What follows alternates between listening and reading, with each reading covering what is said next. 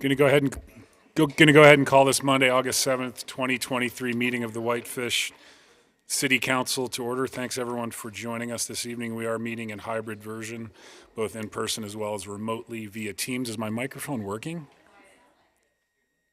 Turn that up, Jake, if you don't mind. It's pretty low in the room. It's our wizard behind the curtain, Jake Cook. We're going to go ahead and start with our Pledge of Allegiance. And Jess, Sarah, would you mind leading us, please?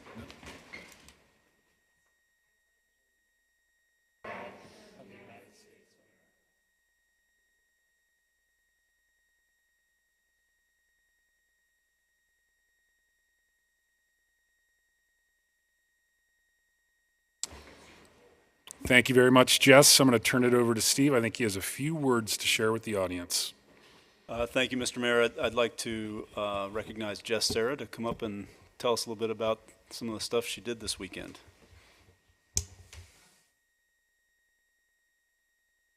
Thank you, everyone, for having me. Is this working? I just told him. Thank you, everyone, for having me tonight. Can everyone hear me? Yes. Okay. So Steve asked me to come and chat about the Last Best Ride, which is a gravel cycling event that happened here this weekend. And there's actually a lot of people in this room tonight that have been a big part of it from the beginning. So you know who you are, and we really appreciate you. So my background, I was born and raised in Whitefish. I think most of you probably know my dad, Fast Freddy. Oh, yeah. He's probably picked your lock or fixed some plumbing. Back then I think Whitefish was a little different, and a lot of us grew up pretty humble. And a big part of this community, it really influenced me growing up here. Mrs. Mansfield was the guidance counselor at Whitefish High School for 24 years, and she had a huge impact on my life when I learned my sophomore year that it cost a lot of money to go to college. And I really wanted to go to college and knew that I didn't have the funds, and she helped me apply for a lot of local scholarships and programs in Whitefish. And I went to the University of Montana, graduated magna cum laude, went on to grad school in San Diego State, and all of my undergrad education was funded through scholarships from this local community. So at the time, it meant that I found the money to go to college. And as I started to go on in life and evolve from that young woman and start my own business, become a professional cyclist, I learned that it was a lot more than just the financial assistance. It was that effort and the investment from this entire community that had really impacted my life. And I felt compelled for the last 20 years to bring that back to this community and to pass that along to the young women in this community who are like me and have big dreams and just need a little bit of influence and empowerment to get there. So what does that have to do with a bike race, you might be asking yourself? Well, as a professional cyclist, I'm lucky to have a pretty big audience. I've built a brand, and my husband, who's also a professional cyclist, we have influence over that community, and we felt Whitefish was a really awesome and unique place to bring an event like that and to make it about more than just the views and the gravel roads here. So we started the Barbara Mansfield Champion Scholar Award 3 years ago when we launched our event, and that has been a huge part of our race. It's a nonprofit race, and it's really, really hard, and ironically that attracts a lot of people. So this year we passed a pretty big mark for a third year of a little bike race. We gave out $75,500 of total money in scholarships to local women. We've expanded into multiple high schools, and we also have a regional program to bring in riders from marginalized and underrepresented communities, and we've given out almost $25,000 in scholarships to those riders. So our race is about empowerment, it's about inclusion, diversity, and making people feel welcomed here in our special town. And I can tell you after this weekend, people would cross the finish line and they were crying and saying that this race changed their lives because the impact of the entire weekend and the collective effort of the special people, the volunteers, and everyone in Whitefish. We also had the young women who won the scholarships volunteering at the finish line. And I joked with them that phase 2 of my plan was to introduce them to bike racing when they finish college. And I think they all figured it out and they all want to do a bike race. So it makes me especially proud. So I just wanted to come tonight and share a little bit about what we're doing, because I recognize that it brings people into the community and it puts bikes on the road, and there's a lot of local resources that go into this race and support it, and we really, really appreciate it, and we recognize those resources and we don't take them for granted. So thank you very much. Thanks so much, Jess. Good job. Yeah. Powerful story. Yeah, thanks for coming up, Jess. And for those of you who didn't happen to notice that pretty much downtown was shut down yesterday from south of Central, or south of 2nd to 3rd, I guess. I forget what the streets are anyway.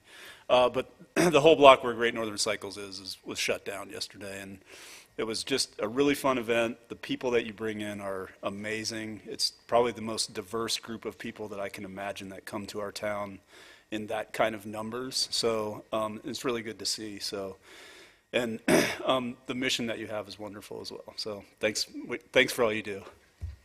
Thanks, Steve. Thanks, Jess. Good to see you, Fred.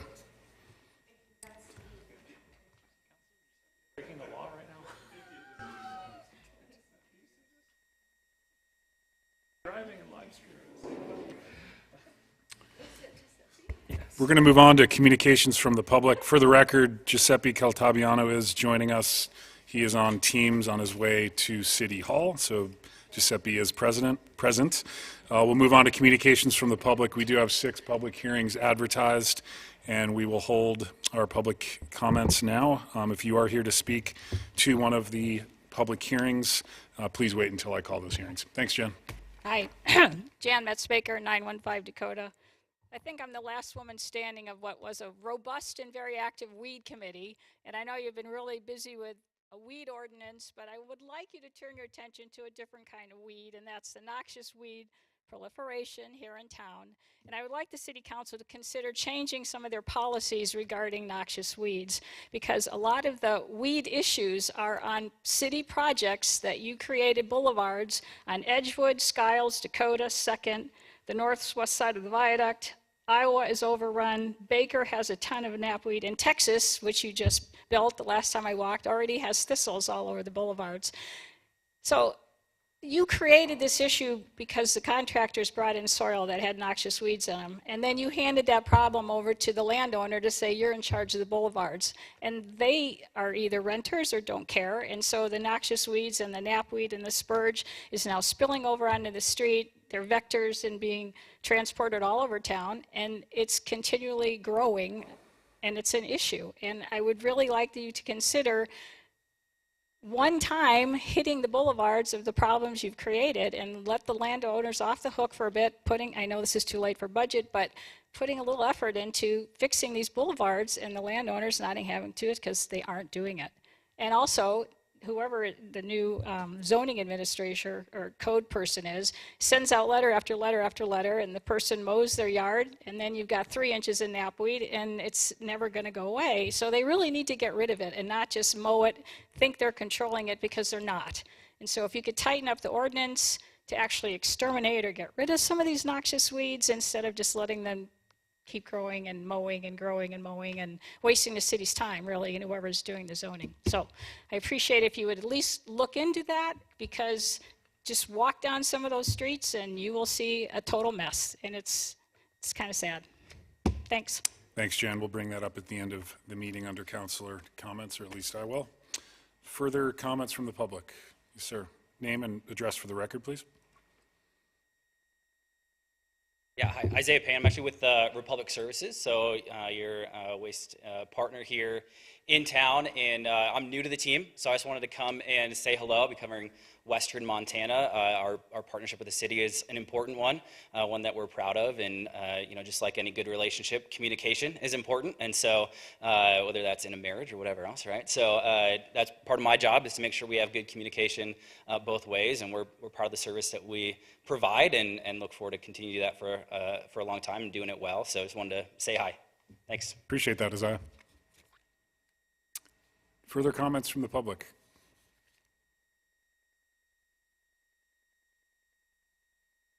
Yeah, my name is Jake Persinger. I'm also with Republic Services. I just wanted to give an update on the bear-proof cart rollout. We got the last load of carts showing up at the end of this week, and we should be delivering those carts starting the 28th of August. I'm hoping to complete that by September 1st. And then the second thing is as far as customer service goes, a couple of things that impact our ability to service customers regularly. On the residential side, the new bear-proof carts, there's a lot of them in the alleys. Spacing, 4 feet apart and 4 feet away from obstacles is a huge thing for us. Trying not to damage property as we go through those alleys, servicing those carts is important. We do our best to remind the customers of that with flyers and stuff like that, but that's one big issue. And then on the commercial side, vehicles blocking access to containers. We try to get in those alleys as early as possible, but it's not always able to squeeze past some vehicles and stuff like that. That being said, our company policy and standard is to go back same day or return the next day. So just so you guys know that's our standard and intention every time. How is the rollout affected with this new type of can, the pickup, like the time required to do your full round? Yeah, so it's added a little bit of curious. time. It's added a little bit of time, and we've been able to keep most of the service on the same day. But surprisingly, I was a little surprised that it actually went okay with the carts in the alleys. I mean, it's tight. There's a lot of stuff in there. We get a lot of people that are upset about that, but nobody wants to take it out to the street, so that's our next best option. But we've done pretty well with that. So without any day changes, I think that Iron Horse may be the only exception to that, which is something I'll work out with Nancy. But I'm hopefully maybe going to do a day change there to Friday. So, but I think it's overall went pretty decent. Well, your drivers are very friendly and professional. It's very much appreciated. And I appreciate that. Just respect them. Thank you. Thank you. Thanks for coming tonight. Further communications from the public? Not seeing any. Michelle, anyone online wishing to provide comment? Oh, Ed.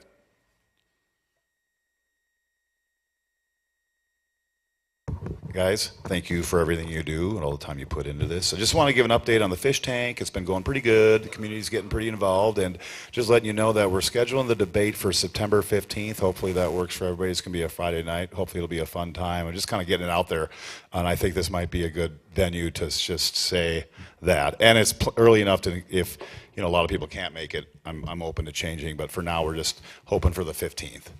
Thanks. And Frank, I did check. I think you're on September 6th. Is that correct, Ed? Yeah. Okay. Michelle, anyone online? For those of you who are online, please raise your hand or unmute your mic if you'd like to address the council for anything that is either on the agenda, not as a public hearing, or something that is not on the agenda.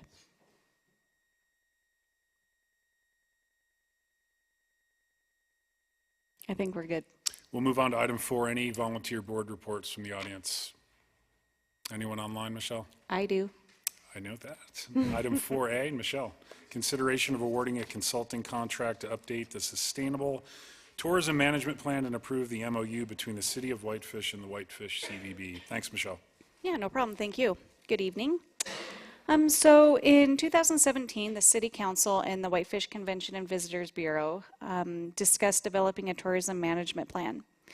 In 2018, the city established the Tourism Master Plan Steering Committee, which is now known as the Tourism Management Plan Committee. The CVB and the committee worked with Applied Communications and the Hingston Roach Group to create the Sustainable Tourism Management Plan, which was approved by the council in September of 2020. The STMP recommended creating a standing committee to assist in the implementation of the plan by establishing a working timeline for implementation, recommending action and budget priorities, tracking progress towards the plan's goals, and updating the data collection and benchmarking. The standing committee was established in December 2022 and held their first meeting in May of 2023. The committee recognizes the data in the plan is outdated, therefore recommends contracting with Applied Communications in the amount not to exceed $12,000 to work within the scope set forth in the exhibit of the contract. Outlined in the memorandum of understanding attached to this report, the CVB and the city will share the cost of the consulting agreement. The city will pay the $12,000 as outlined in the contract.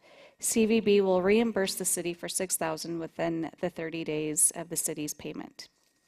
The Sustainable Tourism Management Plan Standing Committee respectfully recommends that the council award the consulting contract to Applied Communications and approve the memorandum of understanding between the CVB and the city.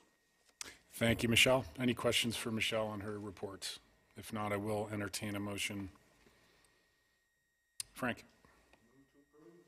Is there a second to the motion? Seconded by Councilor Norton. Further discussion?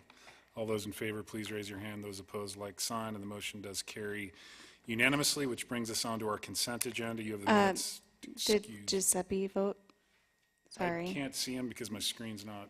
Yeah, I don't know. We'll just let the record reflect that Giuseppe did not cast a vote for that agenda item. Oh.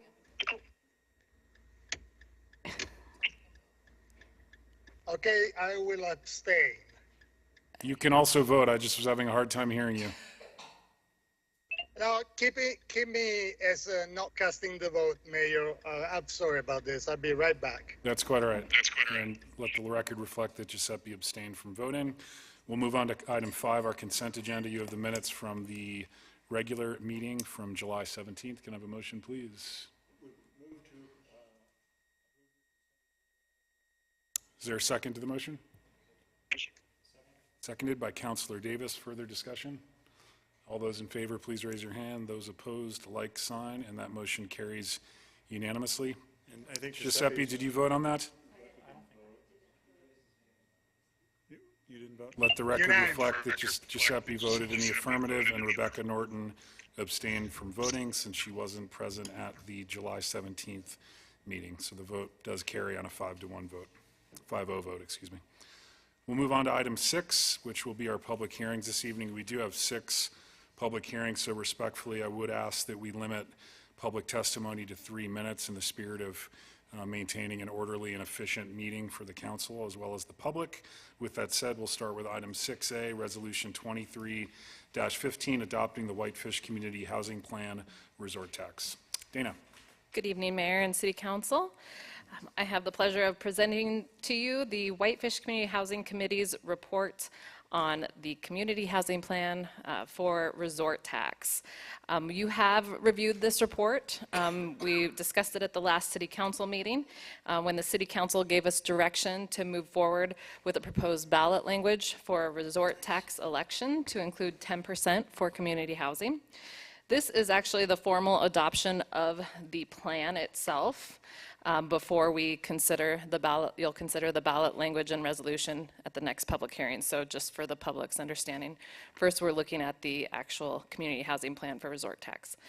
So within the community housing plan for resort tax, there are really a few key points. One is the proposed reallocation of the 3% resort tax, is intended to help move community housing development projects and programs forward. It is proposed that 10% of the 3% resort tax be designated specifically for community housing development projects and programs, and this would start February 1st of 2025. Over the 20 years of the term of resort tax, it would be estimated to generate around $27 million, the 10% would. The Haskell Basin Conservation Easement Bond will be paid off January 31st of 2025, which is opening up this availability to have more funding be utilized by different areas.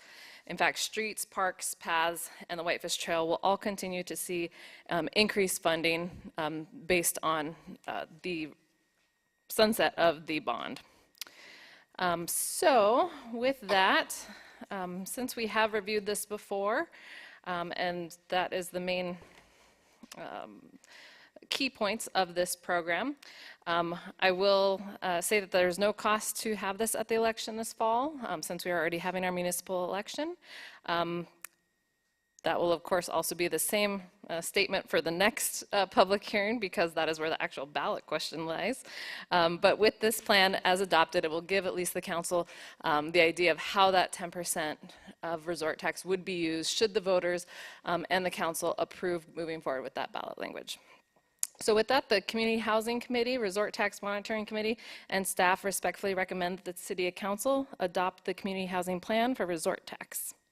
I'm happy to answer any questions. Thanks, Dana. Any questions for Dana on the resort tax plan? Not seeing any. We did advertise for a public hearing on what will be Resolution 23-15, and we will hold that public hearing now. Is there any public testimony tonight?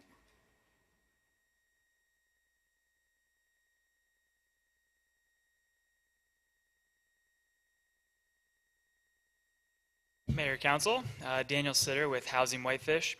We're here to support the plan as proposed. A lot of hard work went into this and think that the community is ready to start raising some money and spending some money on community housing. So we're excited to see this, and hopefully, I don't know if I can say for this next public hearing as well, Sure. We hope that you approve the ballot language, and we're ready to start getting people out and supporting this in the community. Great. Thanks, Daniel. Yep. Appreciate it. Further public testimony? Ed?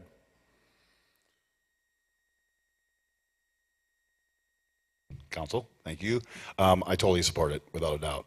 Just so you know, Lisa does too, but she only wants to speak on one thing, so she's very nervous. But I definitely support this. I can't wait to see it on the ballot. Thank you, Ed.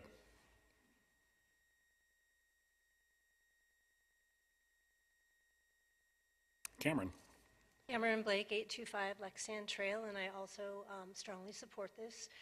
Incredible to have that potentially $27 million going to housing, which is a whole lot more than we have right now. Thank you. Thanks, Cameron. Thanks for coming tonight. Further public testimony?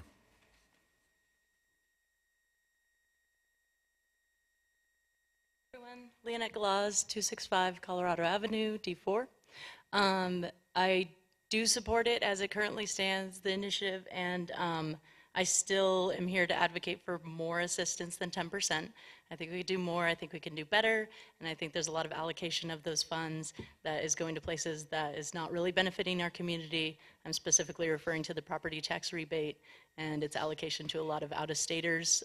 Things have drastically shifted since the time of that initial plan, and so I think any time is a great time to update it and address the current needs of the community, which have also drastically changed. I think waiting, too much longer is not good for the community because we're already in a really dire situation. I wish I could get more renters here to come talk to you face to face. I'll try and get them to write in next time, but most of them are working in the service industry or working building houses or updating infrastructure, those types of things, and they're at work right now, so they're not here. But I come to be a voice for them with, again, like UTST, United Today, Stronger Tomorrow, an organizing group, and also a Shelter WF. Thanks. Thanks, Lena. Appreciate your comments tonight. Further comments from the public? Annie? Thank you for allowing me to comment tonight, and I appreciate all the work that has gone into this. I do have some different components to offer here in this. Primarily, and I'm Ann Moran from 432 West 3rd Street. I am an owner of some very affordable housing in Whitefish that I rent out, as well as some less affordable housing. And my comments are offered from the perspective of 40 years of property management, both professionally and personally. I have managed long and short-term housing in private industry and for government. I have been a land planner. I have participated in both commercial and residential developments of literally hundreds of units.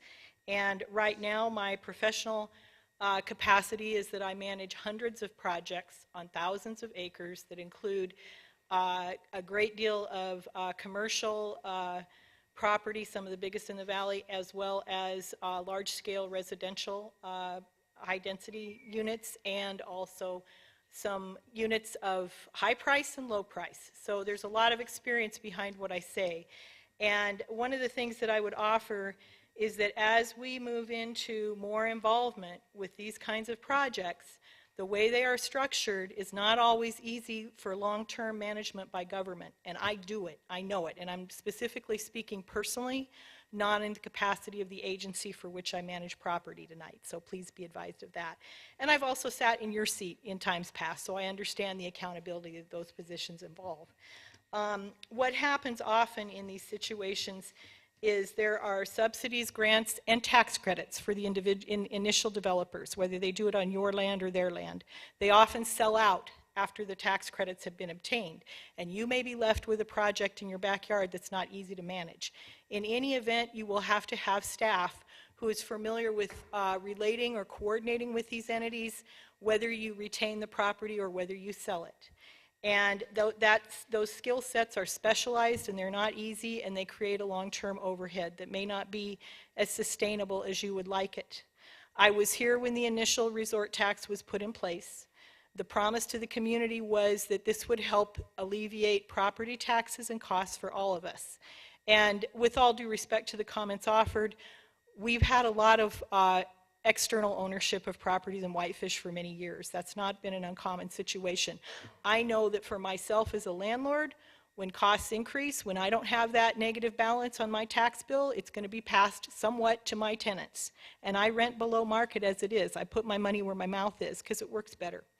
The only way that you will do anything other than a Band-Aid that is costly for the short term to reduce costs and create affordable housing is if you offset or reverse the things that caused it to be expensive in the first place. Now, you can't fix the market, but what you can do is with every decision you make, you can be mindful for whether that money is being spent to ultimately make it more efficient for everybody in this town. Is there something you can do that will make it so that utility bills don't go up for every resident by investment in infrastructure? Or you can invest in things that will create overhead over time and that will keep those costs up over time. That money is not found money. It is either money that we are going to be collecting and not having go to the people that can ultimately correct some of these issues, or it is money that may go to something that may be less sustainable over the long term. There are things in infrastructure you can do that may benefit everyone. I think of having worked with Columbia Falls a couple years ago on a well project where they spent a couple $1 million, drilled a new city well, and doubled their water supply. If Whitefish could do something like that, that generated a 10% decrease in water bills, or even $10 a month, for every resident in this town, if you look at 2,500 households, which is probably conservative, you're looking at a $3 million benefit for everybody in this town. These are things that can be done either in concert with what you are proposing or to replace some of it. And I hope you'll consider them. I have a letter with more detail. I don't want to bore you with all of it, speaking out loud and trying to cram it into 3 minutes. But my hope is that you will take the time to read it carefully and utilize some of the thoughts offered there in your future decision making. And I want to say that I deeply appreciate the Housing Committee's efforts and management's efforts. You have an awesome city staff, and I respect and appreciate working with every single one of them, and the volunteers and you as volunteers. It takes a lot of work to do what you do, and I appreciate it. So thank you for this opportunity to speak. Thanks, Annie. If you have a letter you'd like to leave with us, we Yeah. can distribute it.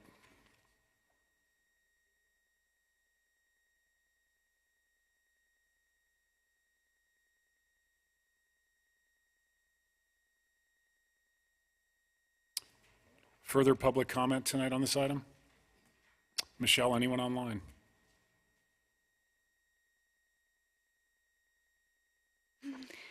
For those of you online, if you'd like to speak towards this item, please raise your hand or unmute your mic, please.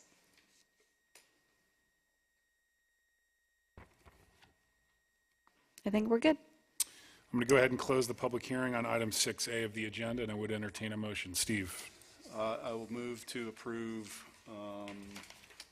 ordinance 23, or resolution 23-13. 15, sorry, I knew that.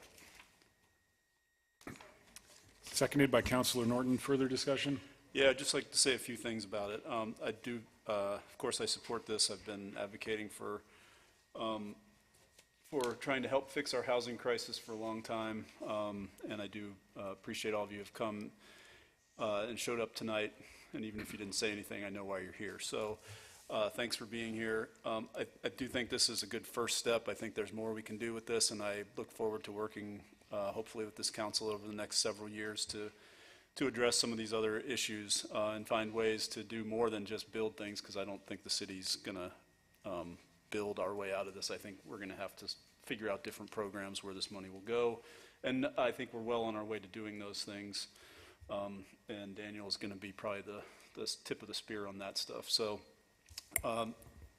this is a great first start, and I'm glad to see that we're finally moving forward with this. Thank you, Steve. Further comments from the council? Ben? Yeah, I made a lot of comments about this at our last meeting, and I won't repeat them all, but I would just say the resort tax is an excellent way to help ask the visitation community who's created some of this housing problem to take some funds from there and put it back towards at least trying to help at the margins. And, you know, this 10% of the 3%, which adds up to $27 million over 10 years, is not enough. But I think it's enough to make a difference, and I think hopefully it can help to catalyze additional funding through philanthropy and other means. And it's permanent, and it's there for the long term. So I certainly hope that this will be broadly supported within our community, and I certainly hope that in the long term, this will really help the folks that we want, that deserve to be here. So I certainly intend to support this, and I trust we all will too. So thanks. Further comments from the council? Rebecca? I just wanted to thank the staff and the council for supporting this idea, because I remember bringing it up 3.5 years ago, and it was scary whether or not we could add to the resort tax allocations. But I really do think the public will is here now to get this done. And like Steve and Ben have said, this is just the beginning, but it gives us a good start. We know that we have a lot more to do, and I'm really thankful that we got to this place. So I will be voting in favor, of course. Thanks, Rebecca. Frank? And to Ann's point earlier, in terms of what we could otherwise do with some of the resort tax funds to further reduce costs, keep in mind that even with this reallocation, as a result of going to 3%, the amount of money that we're going to use for infrastructure support is actually going up, not insignificantly, notwithstanding the percentage, because we were talking 48% of 2% as opposed to 3%. So we're going to get more money for those support dollars for our infrastructure, and I think that will be helpful. And what we're talking about here is a reallocation from paying for Haskell Basin to supporting in some small measure some community housing. And I appreciate all the comments you had, Ann, about that's a big responsibility, and I think we're just going to have to take it on for the time being. Thanks. That's all I've got. Thank you, Frank. Giuseppe, anything to add? Any comments on this item? Not seeing Giuseppe. Further discussion? All those in favor, please raise your hand, and those opposed, like sign, and that motion does carry unanimously, which brings us on to item 6B, which will be Resolution 23-616, a resolution submitting to the qualified electors of the City of Whitefish the question of whether to approve the use of the 3% resort tax starting February 1, 2025 as follows. Number 1, 25% for property tax relief. Number 2, 48% for the repair, maintenance, and improvement of streets, including storm sewers, all underground utilities, sidewalks, and curbs and gutters. Number 3, 10% for community housing initiatives, including the development of deed-restricted affordable housing units and community housing program. Number 4, 10% for improvements and maintenance of bicycle and pedestrian paths and other park acquisitions, capital improvements, and equipment. Number 5, 2% for the maintenance and replacement of existing improvements of the Whitefish Trail, with any amounts not expended within 5 fiscal years available for the maintenance of city bicycle and pedestrian paths. And finally, number 6, 5% for the merchant's cost of administration. And this is on page 91 of your packet. Dana. Good evening, Mayor and Council. I'm looking at one thing. Okay. So in the packet, this is actually what we're talking about when it comes to the ballot language and resolution for adoption. We did recognize that the Exhibit A is actually incorrect, and we want that updated. But the language is exactly the same as what is on page 93 of your packet, also which was read off. So this is drafted based on the community housing plan that was just adopted regarding resort tax by City Council. We do have to have this resolution adopted at this meeting or to the county by August 15th, should you want to have this on the November election this fall. And then, so with that, we will ask you to make a few amendments to that Exhibit A, just to mimic the language on page 93. But essentially, in the resolution, you'll see that there's a lot of discussion in the beginning, in the whereas section, about past elections that have occurred for resort tax, what the process is for the upcoming election, including the required notices and the draft ballot language. And then we also will, again, get this to the county. There was public notice for this public hearing that was published in the Whitefish Pilot, July 26th and the 2nd, in accordance with laws for adopting a resolution with a ballot initiative. Again, there are no added costs to the city to move forward with this question for voters this fall, as we'll already be issuing municipal election ballots for our city council and other positions. Should the ballot question fail, the use of resort tax will remain in accordance with the language approved back in November of 21 that attempted to reallocate that 1% from the Haskell Basin Conservation Easement. And again, any collections will start February 1st of 2025, which is indicated in the ballot language itself, as required by state law. So with that, staff recommends that the City Council adopt the proposed resolution, thereby submitting to the qualified electors of the City of Whitefish the question of whether to approve the proposed reallocation of uses of the 3% resort tax starting February 1st, 2025. And that breakdown will include, as stated, 25% for property tax relief, 48% for the repair, maintenance, and improvements of streets, including storm sewers, all underground utilities, sidewalks, curbs, and gutters, 10% for community housing initiatives, including the development of deed-restricted affordable housing units and community housing programs, 10% for improvements and maintenance of bicycle and pedestrian paths and other park acquisitions, capital improvements and equipment, 2% for the maintenance and replacement of existing improvements of the Whitefish Trail, with any amounts not expended within 5 fiscal years available for the maintenance of city bicycle and pedestrian paths, and 5% for merchants' costs of administration, which the city actually does not collect, but merchants retain that 5%. So with that, I'm happy to answer any questions you may have. Thanks, Dana. Any questions for Dana? Please. Dana, when it's on the ballot, could it be not like all running together like that? Could it actually be bullet pointed out, or does it have to be presented that way on the ballot too? Because it looks all together, and it seems like it would be easier to study and look at if it was bullet pointed. I would have to check with the elections department on their format. This is the format we have always used for our resort tax elections, so I'm not sure that there is an option to bullet point it. All right, if it's possible, it might just be a little bit easier for the citizens to understand it. Oh, Andy. Okay, never mind. Okay, thank you. Thanks, Rebecca. Dana, do we need to articulate in the motion the amendments to Exhibit A? Yeah, I would simply say that Exhibit A language be amended to reflect the last paragraph on page 98 or 93 of the City Council packet. Okay. Any questions for Dana? Steve? Are we going to do any outreach or voter education pamphlets or anything, just so people know what this is? what the change is. Yeah, so there's unique state laws when it comes to ballot initiatives. The city is able to educate the public on what the impacts of voting for or against this would be. We cannot do a vote for campaign, and so we will have, and that's what that resort tax plan was really, that the community housing resort tax plan was to be used for, was to say, here's the plan, here's what it could produce. We looked at the committee talked about doing an FAQ of that impact and what could happen.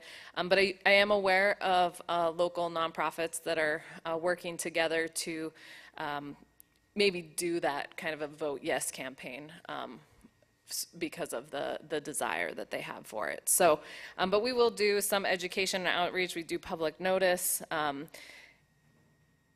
We haven't had to do public outreach in the past, truly, because these community groups have taken the lead, and it's better for that vote yes than to us just say, here's if you don't do it, here's if you do it. It's pretty basic. I mean, if you vote no, there'll be no additional funds going to housing. If you vote yes, we'll have additional funds for housing. Impacts to street is minimal, as we have limited staffing and ability to move forward with more projects. Because that's where that 10% would have gone to based on the last vote. So we can do something simple like that and have that out on our website and whatnot, but hopefully there's groups out there that take that and run with a campaign that they have. So. Thanks, Steve. We did advertise for a public hearing on item 6D, which will be resolution 23-16. Any public testimony this evening? Michelle, anyone online wishing to provide comment? For those of you online, if you'd like to speak towards this issue, please unmute your mic.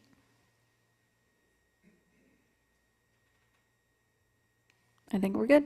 Thanks, Michelle. I'll go ahead and close the public hearing and turn it back to the council for a motion, please. Rebecca.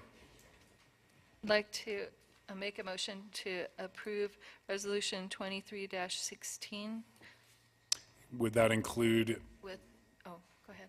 making amendments to Exhibit A to reflect the last paragraph on page 93 of the council packet? Yes, please. Great. Is there a second to the motion? I'll second. Seconded by Councilor Quinnell. Further discussion? I'd again like to make a friendly amendment. And this kind of speaks to Annie's comments. I get heartburn over the idea that we have the language in there that says including the development of deed-restricted affordable housing units, because I don't think that the city has the capacity to build anything. And I would like to strike that language, and this is my amendment. I guess I already talked about it. I'd like item 3 in that paragraph to read 10% for community housing initiatives, period, and then go on to number 4. That's my amendment, friendly amendment. Is there a second to the friendly amendments? Second. Seconded by Councilor Norton. Steve, you've spoken to your motion. Would you like I kind of have already. Okay. Kind of put the cart before the horse Can there. you clarify that a little more? What do you? Well, to me, that reads like that we are going to develop deed-restricted affordable housing. The city's going to actually do it.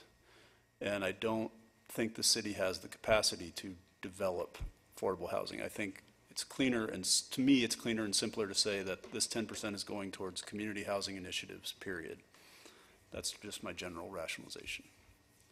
I don't think the language necessarily implies that it's going to be the city developing the housing. I mean, it states pretty clearly that we're developing initiatives that may include development of affordable housing, which is certainly the intent.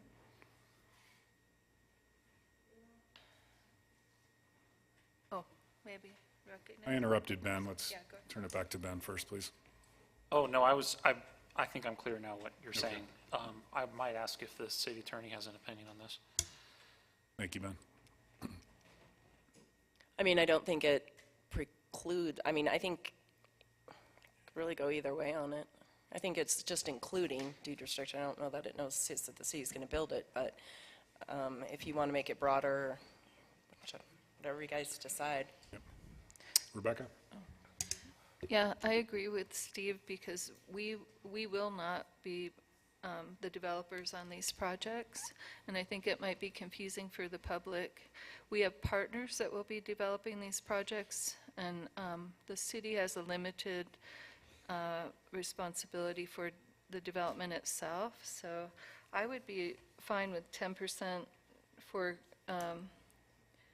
community housing initiatives. That gives us a lot of leeway in how we're going to use these funds, because it might change every year also what's needed in the community to get things done. But Thanks, Rebecca. We'll go ahead and vote on the friendly amendment first, which again is to... I'll make a comment first. Oh, sorry, Andy. I didn't see you.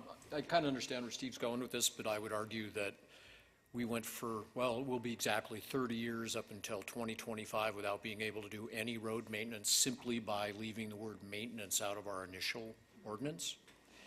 And there may be, in fact, a project that we would be involved with the development of. And by leaving that term out of there, we potentially would not be able to do so because we didn't specify in the ballot initiative that development could be part of our role in that. Granted, we're probably not going to go out and build apartment complexes, but we may be involved in some way, shape, or form. So I'll be voting against the motion. Thank you, Andy. We'll go ahead and vote on the friendly amendment. All those in favor, please raise your hand. Those opposed, like sign. And I'm going to vote against the friendly amendment, so the amendment fails on a 4-3 vote. We'll go back to the original motion, which is to approve Resolution 23-16. All those in favor, please raise your hand. Those opposed, like sign, and the motion does carry unanimously. Thank you very much, Dana. We'll move on to item 6C, Resolution 23-17, a resolution to annex and incorporate within the boundaries of the city of Whitefish by petition and consent of the property owner approximately 1.36 acres of land known as 236 Jennings Lakeside Road, located in Section 14, Township 22 North, Range 22 West in Whitefish, Montana, and to zone the property WSR, which is our suburban residential zoning district, based on the findings of fact in the staff report. Wendy, good evening. Good evening. So at the last council meeting, you folks adopted a resolution of intent to annex. That was on the consent agenda, and you set the public hearing for tonight, so that's why we're here tonight. Again, the property is located at 236 Jennings Lakeside Road. The resolution before you is to, under our new process where we can annex and rezone, provided it's comparable to what the county zoning is, and the proposed zoning that they're asking for is the WSR. Staff is not recommending any conditions of approval. The property is surrounded by residential on 3 sides. It is developed as a single-family home. It is within our urban services area. Jennings Lakeside Road is a private easement that provides access to a few lots out there, and the city does not have interest in obtaining that road and recommends it remains private. East Lakeshore Drive is a county road from Big Mountain all the way around the lake to Delray Road. The subject property is connected to sewer, but is not connected to water, and no hydrants are located within 500 feet of the property. The growth policy identifies this area as suburban residential, and so WSR is a comparable zone for that land use designation and is comparable to the county R1. And then is surrounded by county R1 and then some R2.5. Again, this is using the petition method. The property owners come to us asking for annexation, and we find that the WSR is comparable to the county R1. It is an authorized land use consistent with the Flathead County R1, and it's consistent with our land use designation. So we're recommending you annex and rezone this property. Thank you, Wendy. Any questions for Wendy on her staff report? Thanks. Not seeing any. We did advertise for a public hearing on what will be Resolution 23-17, and we'll hold that hearing now. Any public comment on this item?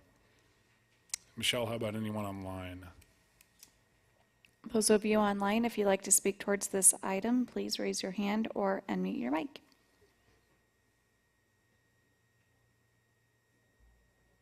I think we're good. Thank you, Michelle. I'll go ahead and close the public hearing and turn it back to the council for preferably a motion. Giuseppe. I move to approve as in the agenda. Motion to approve Resolution 23-17. Is there a second to the motion? I'll second. Seconded by Councilor Sweeney. Further discussion? All those in favor, please raise your hand. Those opposed, like sign, and that motion does carry unanimously. And just for the record, please reflect that Giuseppe Caltabiano has attended in person. Welcome.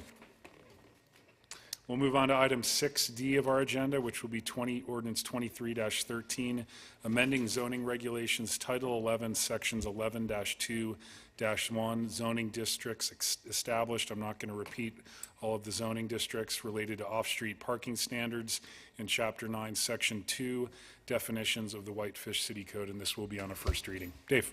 Good evening, Mayor and Council. So these proposed zoning changes are a direct result of some of the bills that were passed by the state legislature recently. They impact where and how we allow duplexes and multifamily within our zoning districts, as well as their associated parking requirements. And so each of the city zoning districts were modified to make several changes, including some housekeeping changes, and then the changes that would put into effect these bills that were adopted. Senate Bill 245, which went into effect immediately, requires all municipalities with a population over 5,000 people, which includes us, to allow multifamily dwellings, which is defined as 5 or more units, in all their commercially zoned districts by right, as well as mixed-use developments that include multifamily, including commercial uses on the first floor. So basically, this draft amends all of our commercial zones to allow multifamily and mixed-use developments by right. At the advice of our attorney, the bulk and scale standards were also amended in commercial zones so that a CUP is not required for those particular uses, no matter what the footprint size is. Additionally, we redefined multifamily to match that new state law, which is now 5 units. We used to define it as 3 units. And then mixed use is now defined as multifamily over ground floor commercial with less than 50% non-residential use in a building. And then that Senate Bill 245 also limited what we can do for parking. So now we can't require anything more than 1 space per dwelling unit for multifamily and mixed use with multifamily. So we had to modify our zoning standards for our parking requirements to that effect. And then just as a result of that, like in our downtown, our WB3, currently we require 1 parking space on the 2nd floor if you're over ground floor commercial. Since we're now required to allow shared parking and those other things, that we have to change that. So it's only 1 parking space whether you have a commercial on the ground floor or not. And then required to have shared parking requirements for multifamily and mixed use. That's something we didn't really have in our code. Most municipalities in Montana have shared parking standards, so we added some robust shared parking standards and off-site parking standards, and as well as some other amendments to our parking requirements that would make requirements for the Americans with Disabilities Act, in addition to other parking standards. So if there's 2 ADA spaces required, that would be in addition to whatever other parking would be required in our code.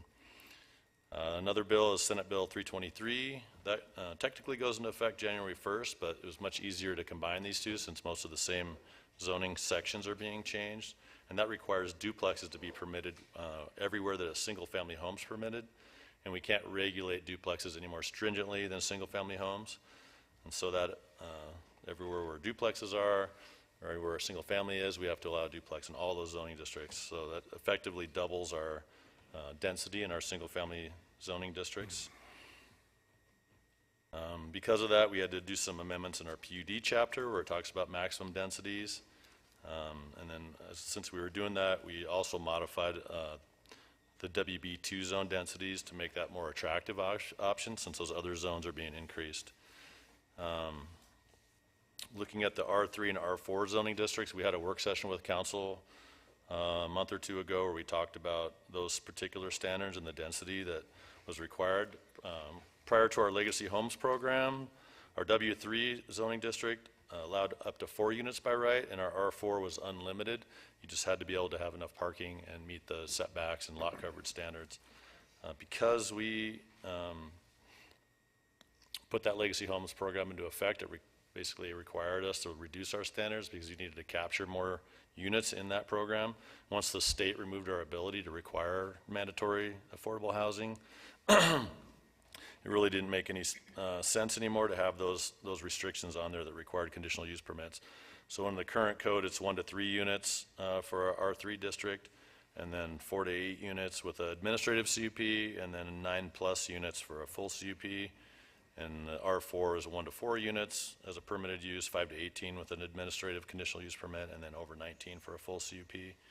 And what we're proposing, based on our discussion with you guys at that work session, was that the R3 would go back to 1 to 4 units as a permitted use, and allow 5 to 8 units as an administrative conditional use permit, and then 9 or more units would require a full conditional use permit.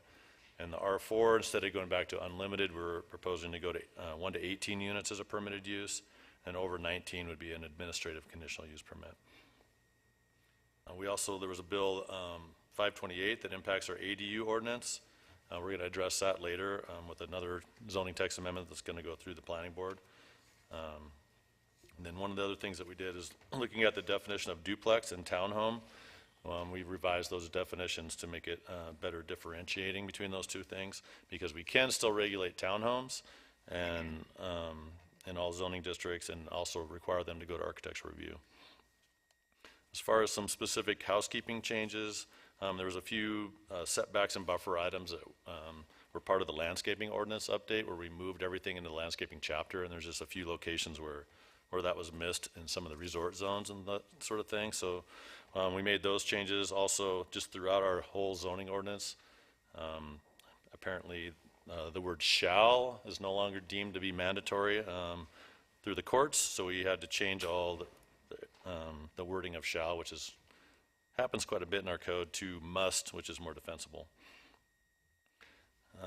Looking at there was a tiny home ordinance, House Bill 246, that was passed. That talks about tiny homes, and so in order to facilitate tiny homes as an option in our community, we also created a definition for that, and as well as modified our definition of manufactured home.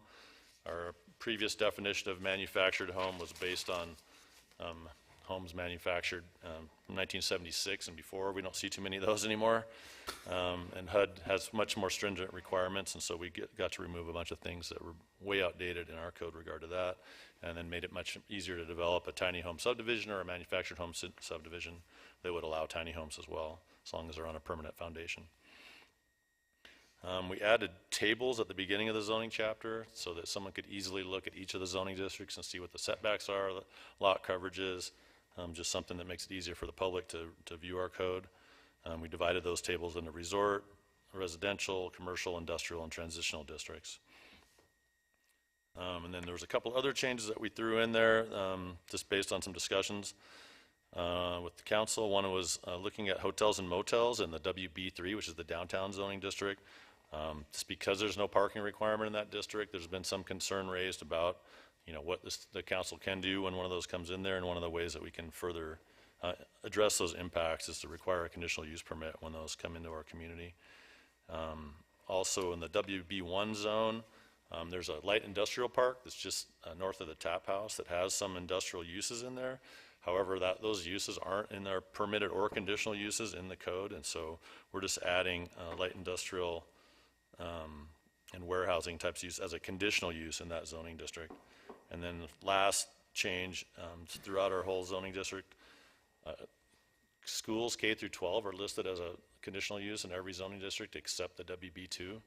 And we've had some inquiries about potentially a private school in that zoning district, and so there's no reason why that shouldn't be in there as a conditional use, and so we added that in there. And then finally, back to the WB3 district, in the railways portion of that district, in our current code, it talks about setbacks being the prevailing setback on certain streets, and there's a lot of redevelopment that's been happening in there. And rather than have it be a prevailing setback that puts the onus on the developer or whoever's looking at it to go out and figure out what that is, we went out and measured all the buildings in those districts and put together actual setbacks for there, so it's much easier for people to understand what the setbacks are in that zone. So that's kind of the gist of the changes. We did bring this to the planning board on July 20th. Following the public hearing, the planning board did recommend approval. There was no public comment. We did receive a couple email comments after that meeting from Housing Whitefish and Shelter Whitefish.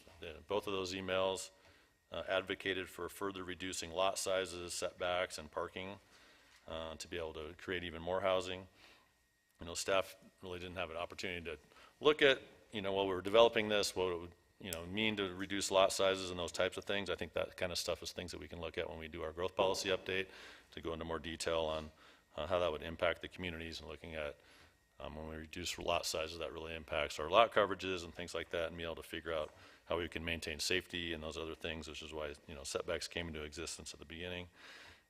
But certainly some of the parking things, staff isn't opposed to further reducing our parking standards. I think that's something that we could look at. But I'd be glad to try to answer any questions for you. I know it's a lot to digest, big staff report. Thanks, Dave. Any questions for Dave on his staff report? We'll start with Steve. Yeah, thanks, Dave. I know this was a lot of work to. By the way, page 300 is the staff report, and page 120, I think, is the ordinance.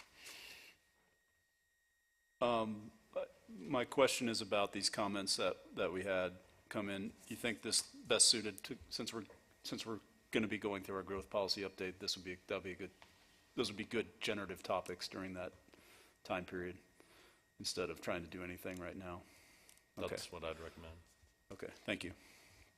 Further questions for Dave? Rebecca, and then Ben. It says that the city can be fined financial penalties.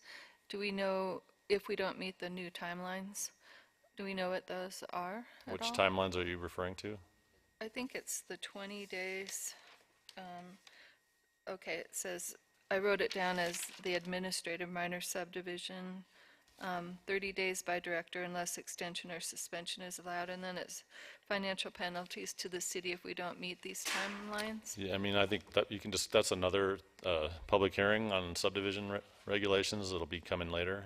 Oh, okay. But, yeah, that's true. I guess my only real concern when all this started coming through the legislature is the churning, how much quicker it's going to happen. And I just, do we need additional staffing to help with that? Or is this going to be okay through our own current staffing? I think we're okay for now. I mean, it's been a lot of work for Wendy and I pulling all these amendments together as quickly as we did, but yeah. Okay, all right, thank you. Ben? Yeah, I wanted to ask you for a second about the distinction between a duplex and a duplex townhome, which is a technical one, but it's pretty important. Is it the correct understanding that the statute that was passed requires us to allow duplexes, but it doesn't require us to allow duplex townhomes? That's correct. It only referenced duplexes, and townhomes defined differently under state law as well as our local code. So yeah, duplex would be a single building on one lot that has 2 units in it, either over, under, or side by side with a common wall. Whereas a townhome is something that's on a sublot that has a 0 lot line that's connected together, like an attached house. And it could be on one lot, or each could be on multiple lots. But How should we think about that? Because I mean, isn't a duplex an inferior product to the end user than a duplex townhome? I think it depends on the intent. I mean, I think a duplex is much more likely to be a rented something available for affordable housing to somebody, whereas a townhome, you own the dirt, and they tend to be higher end units. Mm-hmm. So the summary table that you have in here, which is really helpful, by the way, so it's showing sublots in R2, R3, and R4. It doesn't list sublots in any other zoning districts. So does that basically mean you can only do sublots in those 3? You can't do Yeah, sublots? because those are all districts that allow multifamily or multiple units. And so, yeah, within the R3, the R4, the R2, depending on your size of your lot, will depend on how many units you can build that are attached. And then, the R2, you can only do 2 of them attached with a sublot. R3, currently 3 of them as a use by right. R4, 4 of them as a use by right, or more with a conditional use permit on one lot, and doing sublots. Okay. So can you still do a duplex townhome in the other zoning districts just without sublots? Or you can't do them at all? It wouldn't be considered a townhome under our definition. It'd just be considered a duplex. You could condo out a duplex into 2 units. But like in R1, for example, can you build a duplex that shares a common lot boundary? You wouldn't be able to subdivide the lot. You would not? Into a sublot. Okay. Okay. The next question I had was, it seems that in the B3 district, there is no requirement for ground floor commercial anymore. Is that an accurate reading? Yeah, that bill required us to allow, or to, make it so that we can't differentiate from ground floor to non-ground floor. So we have to allow an apartment building downtown, whether it's on the ground floor or not. And there's We no way. can't restrict. There's no way for us to require ground floor commercial somehow in the I downtown looked into district? that with Angie, and yeah, what I got from her is that no, we can't restrict it. Okay, thank you. Further questions for Dave? Steve? Thanks for asking that question, Ben, because I actually did look up the definition of townhome versus duplex, and the definition I found was opposite of what we're going with here. Where a townhouse would be something that's on one lot where you might share multiple walls with the other residences within that townhome, versus a duplex where you would only share one wall and it would be on a sublot. And it actually makes a difference because we are requiring a greater square footage for these for a duplex townhouse, or I think it's just written as townhouse in the code. And I'm wondering where that lot size came from, because duplex, as you said, Dave, correct me if I'm wrong, you said a duplex is one building on one lot with maybe an apartment carved out of it. So maybe Potentially, or it was designed to a have house two with a units. basement that's rented. And that lot size is 6,000 square feet. And then the townhouse, where you would actually sublot it, is 7,200 square feet. Yeah, well, because we're required now, because it used to be you had to have 7,200 square feet to do a duplex, like in the WR2 zone, you had to have 7,200. But now, since we can't restrict duplexes any differently than a single family, we had to drop that down to 6,000 square feet to allow for a duplex. But in the past, it was 7,200 square feet. And, it depends on the zoning district, what the square footages are. But, okay. But with a townhome, you can do a sublot. Okay, so I was going to ask you where the 7,200 square feet came from, because I thought a duplex was always 6,000 square feet. No, it's 7,200 up until this particular change. We're modifying it with this change in the R2. Okay, because I don't see that redlined anywhere that it was. No, It's maybe within the just all different new zoning language. districts under the WR2. Okay, all right. Which I can't tell you the page number, but. Okay. Okay, and I guess we'll address lot sizes during the growth policy update. Anything further for Dave? We did advertise for a public hearing on item 6D of the agenda, which is ordinance 23-13. Any public comment this evening? Lena. Hi, everybody, I'm back. So I did want to address the email that Nathan sent out to the City Council.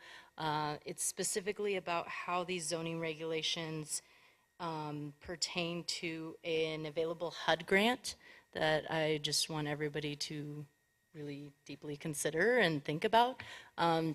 So generally, when we're talking about zoning, like, not gonna lie, I totally zone out. Pun intended. Like, it's complicated, right? And it's not my forte. Nathan has a different brain. He loves this stuff. I don't. So generally, all I'm going to say to break it down for people who are listening is, like, less stringent zoning regulations usually, in this case, is going to result in more density. More density results in more affordable housing. They're having the same discussion in Columbia Falls tonight. It's the same discussion that's happening all over the country. So if we care about affordable housing, we need to talk about density. If we care about density, then we need to talk about zoning regulations. This isn't something I came up with. This is not my idea. So this HUD grant that comes from the federal government, which is the PRO housing, PRO is like an acronym for Pathways to Removing Obstacles. They really like to make them catchy. So Pathways to Removing Obstacles, PRO Housing, is a HUD grant fund for affordable housing from the federal government designed to eliminate obstacles to affordable housing. Awards, it's like $85 million available. Awards are $1 million to $10 million to communities in either geographically specific zones that's already identified. We're not in one of those geographic zones, but there is a number of other qualifications that we would apply for, Whitefish would be eligible. One of the limitations to applying for this at all is Whitefish's zoning regulations. They would have to be updated to be more friendly to affordable housing. And those requirements are listed in Nathan's email that he sent. So it's not like we can just wait on this and sit back, literally leaving money on the table by not addressing zoning regulations in our community. And there's time to apply for this, like we can get support, we can look for resources. The city could apply for this by the end of October is when it's due. It's a competitive grant, but it's non-matching, meaning there's no need for us to put money up front. It's just to get the application in. But changing the zoning regulations to meet the eligibility requirements is like, that's what needs to be done. Again, $1 to $10 billion. When I sit in the Whitefish Community Housing Committee, one of the comments that I consistently hear is we don't have funding. We don't have funding to fix these issues. We don't have funding to address these problems. Here's the funding. So that's all. Thank you. Thank you. Further public comment this evening? Daniel.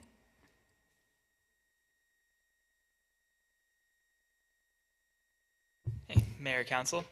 I think my only comment on this is really, if not now, when? And I know that the growth policy is coming, but we have 3 years to implement that. And I think my comment to the council would just be, why don't we try something? Some of these, and I know that some of the comments that I sent over, some of them are big on setbacks.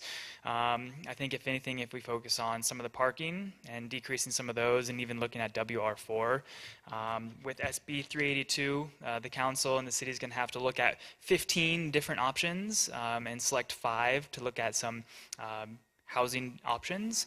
And so really some of these, I see it as an opportunity really for the city to, hey, why don't we choose 1 or 2 of these, see if there's an impact, right? And then we can always go back during the growth policy plan in a few years while we're doing it if it's not working. So I guess that's my perspective is we have an opportunity. We are going to be updating this here within the next 3 years. So if we go ahead and make some of these changes that will allow us to have a little bit more density, decrease some of those parking restrictions, get us in line with some of the other affordable housing advocates out there and other communities that are really leading on this, then I think now's a great opportunity. And I do appreciate staff and putting all this together. I know this was a lot of work, conforming with the state guidelines and the new legislation. But again, if not now, I guess we will do it over time, but we might as well take a stab at some of it now. Thanks, Daniel. Yeah. My name is Lisa. I live at 146 Reimer Lane. My partners and I own 23 and 7 Iowa, and we support this ordinance. It would allow us to increase density and also reduce the sea of asphalt so that we would have had to put in with the previous parking requirements. So it would be a more green space and pleasant environment. Thanks. Thanks, Lisa. Ed.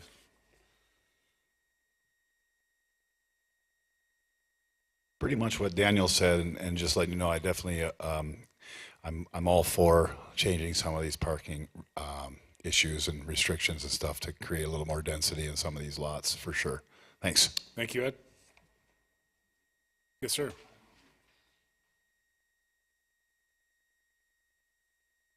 I'm Rene Rousselet. I'm over at Grouse Mountain HOA, and I own over at 13 Green Place. Curious, how does it affect current properties that is already zoned and that are unbuilt at this point in time?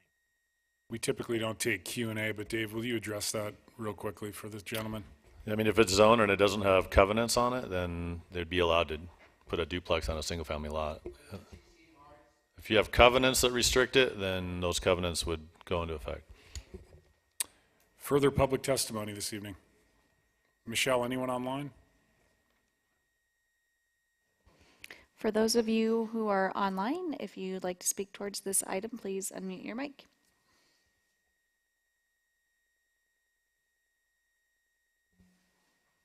I think we're good. I'm going to go ahead and close the public hearing and turn it back to the council. Steve. Could I ask a quick question Sure. to staff? Dave and possibly Angie, is there any urgency to getting this done tonight? Well, yeah, parts of it are already in effect. So if someone wanted to do a multifamily development, we couldn't make them go through a CP. It's already there. But with this, we'll actually have some standards in that regard. And so, yeah, and the other one goes into effect January 1st. So Okay. to me, there's some urgency. Okay, thank you. Further comments? Ben? If I could ask another question of staff, and I'm sorry to keep harping on this, but I'm getting kind of stuck on this townhome issue. What is the downside for, I mean, I'm recognizing that what you have here is what the state has asked us to do, but a duplex is not more affordable. I mean, it is, but it costs a lot of money to buy a duplex because you're buying 2 units. So the affordable ownership housing often comes in the form of townhomes where you can buy 1. But yet that's not what we're doing here. We're only, at least across a whole bunch of different zoning districts. So let me just ask, like, what is the downside to the community if we were to allow sublots across everywhere that you would allow duplexes, or is that? Well, that would mean that you could, you'd have to figure out, number one, what the minimum sublot would be, say in a WCR zone that's 2.5 acres. How many units could you put on that? Right now it's zoned, currently for 1 lot on 2.5 acres. The only where we allow sublots are on zones that already allow that density with duplexes or triplexes or fourplexes or multifamily. And so the duplexes, it's, the state's mandating that every single family lot, including our 15-acre ag zone, can have 2 units on it. As long, but it's not, you can't subdivide it, but you can have 2 units. Once you go to townhomes, then you'd be allowed to subdivide those lots into multiple smaller units and smaller lots that you could sell off. I mean, this just seems like a major miss by the state, doesn't it, in terms of trying to get somewhere and not doing it in a way that's actually effective. I guess we'll have to wait and see how it plays out. But I mean, it's basically requiring us to not treat duplexes any differently. But townhomes were not part of that discussion, and they were intentionally removed out of that because they're kind of a different animal. All right, thanks. I'd entertain a motion, please.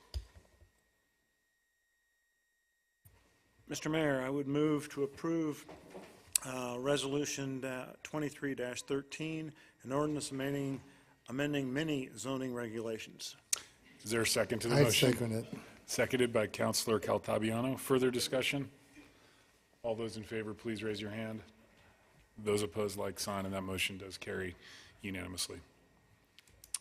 We will move on to item 6E of our agenda, which will be ordinance 23-14, an ordinance amending Whitefish City Code Title 2, Chapter 10, ARC, Architectural Review Committee, Section 11-3-3, Architectural Standards, Section 11-5-5, General Sign Standards, Architectural Review Standards on a first reading. Wendy. All right, so this is kind of the continuation of what Dave described, where we can't treat duplexes any different than we do single family. So part of it is, right now, the Architectural Review Committee reviews everything except for detached single family. So now everything's going to say detached single family and duplexes. So that was part of the amendments that are part of that. One of the other aspects is we are now, of course, planning under Senate Bill 382, where in preparation for that 382, staff will be making a lot of the decisions versus bringing things through public hearing. And so we've, like other communities in Montana, are changing our Architectural Review Committee from a decision-making body to a recommendation body. And so that's the beginning part of some of those text amendments. Senate Bill 407 prohibits jurisdictions from using an exterior design review board, but again, that's under MCA 76, which we are no longer will be planning under this 382. And so we are in preparation putting the committee to a recommending body. We did have a work session with you folks in June and reviewed all the different land use bills. I think there's like 18 of them that we had to hurry up, as Dave mentioned, and get those put together for you. And then also the definition of multifamily, because that has changed from 5 and up. We also had to go in and add that we're looking at 2s, 3s, and 4 units at the architectural review level. So, first of all, Chapter 2, which is the purpose and powers for the Architectural Review Committee, has been updated to make recommendations to staff, and that they review everything except for duplexes and detached single-family homes. So everything's been updated to a recommendation to the planning director. And then in special provisions, section 1133, the architectural review standards has been updated that except for detached single-family and duplexes, and also added triplex and fourplex as part of the multifamily review. There's a provision in the sign code when we were going through and making sure we got all the different aspects for architectural review committee, where you can add some architectural embellishments, and that doesn't go towards your maximum height for a freestanding sign, but if you wanted to add something a little fancier, I guess you could come to the architectural review committee and they could look at your design. We did that way back when for the North Valley Hospital, and they added some kind of features on top of their signs.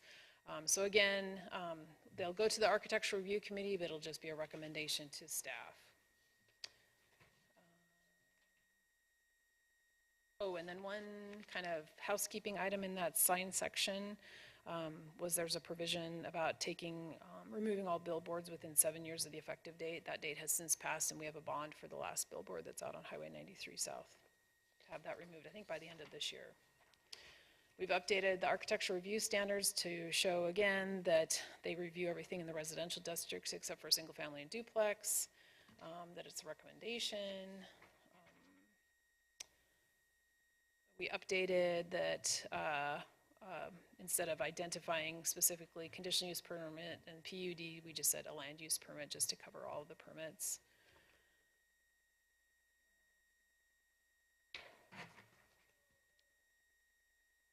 Again, updated the committee review and recommendation section. One interesting thing in the architectural review standards is when folks would appeal an architectural review committee decision, they would come before you folks. Since I've been here in 18 years, that's only happened like twice, so it isn't commonly used. They're really good about working with folks. But now, because it's a staff level decision, all appeals of administrative decisions go to the Board of Adjustment. So that section has been updated. The code also talked about, or the new bill talked about, that variances to design standards would go to the staff, and so we've added that section as well. Since we've added a couple of new zoning districts, that since we've updated these standards back in, I don't know, 2020, I believe, we added the WBT and the WBSD to the highway district. Before, they weren't identified at all. It's just mostly the duplex townhouse update. The planning board held a public hearing. No one attended, and the planning board recommended approval. Can I answer any questions for you? Thanks, Wendy. Any questions for Wendy? Ben? Is it your expectation that the architectural committee will generally work the same as it does today after this is passed? Yep. Yeah, currently they offer a decision. They recommend approval, and then staff writes a letter, so I think they'll just recommend staff approve it, and I think it'll function the same way. That's what I expect. That's what we've talked about, too, as a group. Additional questions, Steve? Yeah, just regarding going to the Board of Adjustment, as a veteran of that board, is there a way to, is it written in state law that if a staff decision wants to be appealed, it goes to the Board of Adjustment and can't come to the City Council? And it's in the zoning regulations, and I believe it is in state law, that that's their role, is to hear variances and appeals. But again, this group is super great to work with. They work really hard, and it's a real collaborative process, and I mean, everyone usually goes away feeling pretty good about the final result, so Okay. It's so rare. Okay, thank you. Further questions for Wendy? Not seeing any. We did advertise for a public hearing on item 6E of our agenda, which will be ordinance 23-14. Any public comment this evening? Michelle, how about anyone online? Those online, if you'd like to speak towards this, please unmute your mic. We're good. We'll go ahead and close the public hearing and turn it back to the council. Steve? I move to approve ordinance 23-14, an ordinance amending the Whitefish City Code, Title II, Chapter 10. Is there a second to the motion? I'll second. Seconded by Councilor Sweeney. Further discussion? All those in favor, please raise your hand. Those opposed, like sign, and that motion does carry unanimously.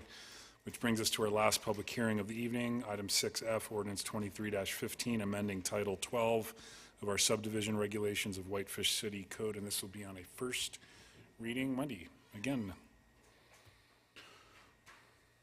This one's the whopper, I think. I think there's 8 bills, 8 bills that passed the legislature this last session pertaining to subdivision.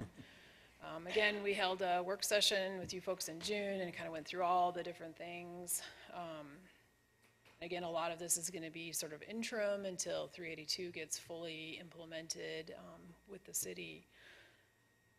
So their bills related to a lot of subdivision exemption stuff. I'm sure someone didn't get their whatever approved, so they got their ear of their legislator. So this family transfer was kind of expanded to include spouses. Transfer can't happen within 2 years. You can now do a family transfer within a previously platted subdivision where previously it had to be tract land. There's some bills that address new information, the expedited review. You can now ask for a variance. So some of those subdivisions that we've brought to you, I think you've maybe seen 3 or 4 where it's an expedited review where they could come before you because they weren't asking for any variances and they could bypass planning board, but now they can actually ask for a variance. And honestly, with all the bills that happened here, I don't think there's going to be an instance where planning board will even be looking at subdivisions anymore, just based on the bills that they did. They added 20 calendar day review period, which usually those take us about, I don't know, half an hour. So I don't think we'll have any issues there. Minor subdivisions, previously, if someone wanted to apply for a minor subdivision, they had to be 5 or fewer lots since 1973. So the surveyor would go back and how many times has this larger lot been subdivided since 1973. They changed that to 2003. I don't know why that date in particular. I think it was just a negotiated date. We have a new administrative minor subdivision, which allows us to approve subdivisions within 30 working days, and unless it's appealed or they're requesting a variance, then they get a little bit longer time. Again, more subdivision exemption stuff for condos and townhouses. And then, again, the duplexes can't be more restricted than single family, and so we had some provisions in our design standards where we didn't want to see garage forward duplexes or multifamily, and so duplexes has been struck out of that. So we can go through some of the bigger ones. We used to have a minor waiver subdivision, so those were 3 or fewer lots, and provided they had water, sewer, access, they didn't need to dedicate any public infrastructure, staff could issue an approval, and then you folks would see that at a final plat. So that's now been changed to this administrative review, and it qualifies if it's located in a city that has zoning, water, sewer, physical and legal access, and doesn't require any variances. Those are the review criteria now. So the administrative has a 30-day review period, and that's once the application is considered complete. We have 30 working days to make a decision, and that's usually about how long it takes. The expedited review now, one can ask for a variance, and if someone does want to ask for a variance before council, we get a few more working days to work through that process. We'll still be notifying the neighbors of these different subdivisions.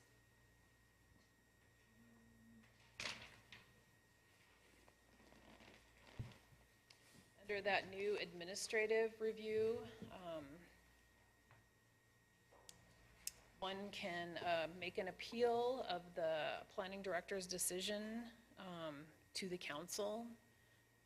So it's sort of a little bit different type of a process.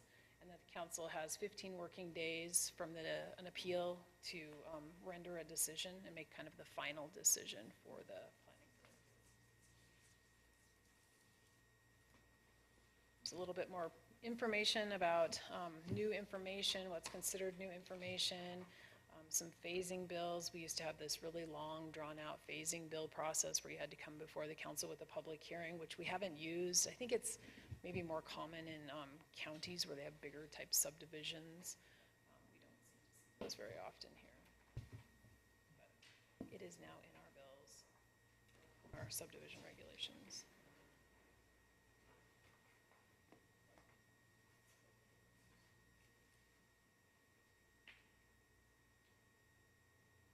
Some bills that went to address some items that were happening down in Missoula where they were approving, they called it a townhouse exemption subdivision, but they were allowing detached single-family homes, and they were assigning conditions. It was essentially a subdivision, but they were having them go through kind of a conditional use permit process.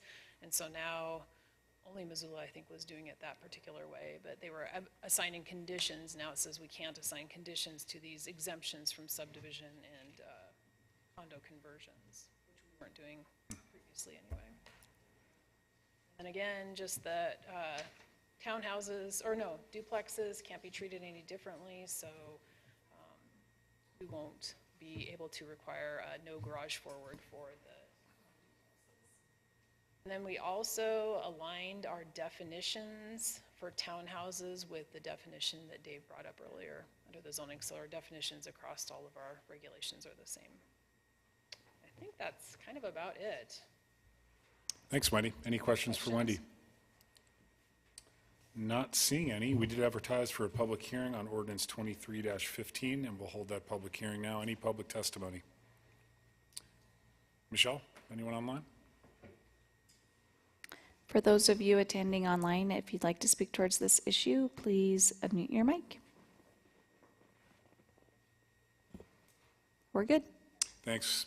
We'll go ahead and turn it back to the council and close the public hearing. Giuseppe. Yes, Mr. Mayor, Council, I move to approve an ordinance 23-15 as is stated in the header. Thank you, Giuseppe. Is there a second to the motion? I'll second. Seconded by Councilor Sweeney. Further discussion?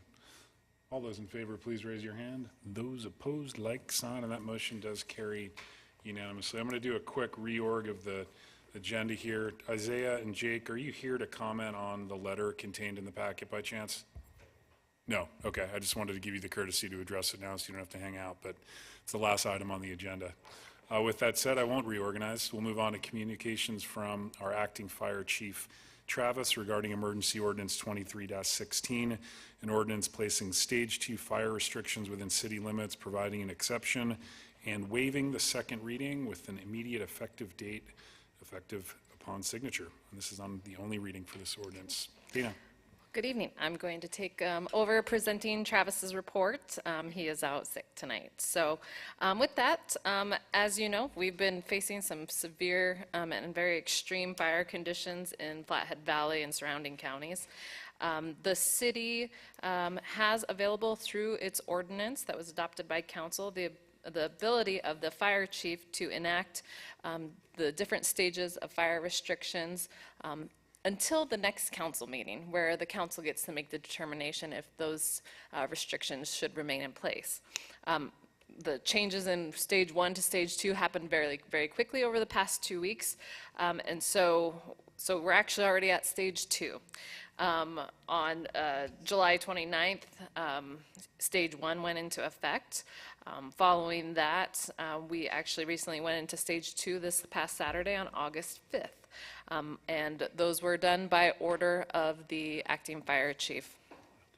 So with that, right now, you're actually considering to keep us in stage 2. It's an emergency ordinance, does not require a second reading, and will be effective for 90 days. Stage 2 requires that there are no campfires allowed in city limits. That also prohibits certain outdoor activity related to combustible engines and the hours. It also provides that there are no motor vehicles that are to be operating off of designated roads and trails.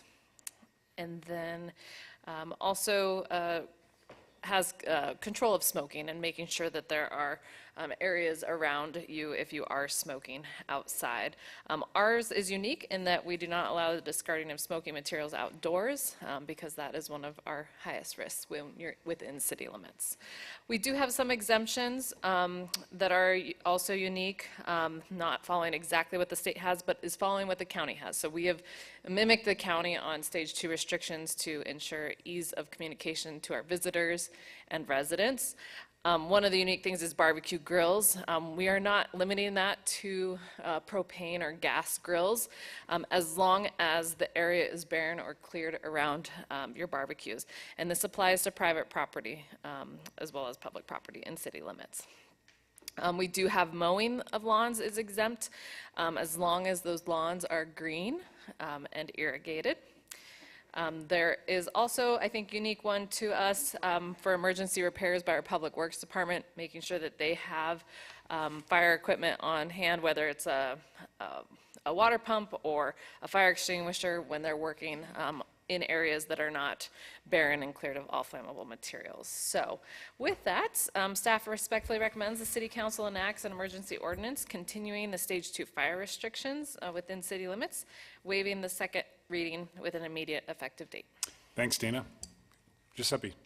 Just a question, Dana. I'm not ever going to argue with my fire chief or acting, but just out of curiosity, motorized vehicles, does that include e-bikes and golf carts and anything electric, which is motorized, but it's not gasolinized? You know, I think the intent is to looking at combustibles, to be honest, what could light a spark. However, you know, it could be that they do.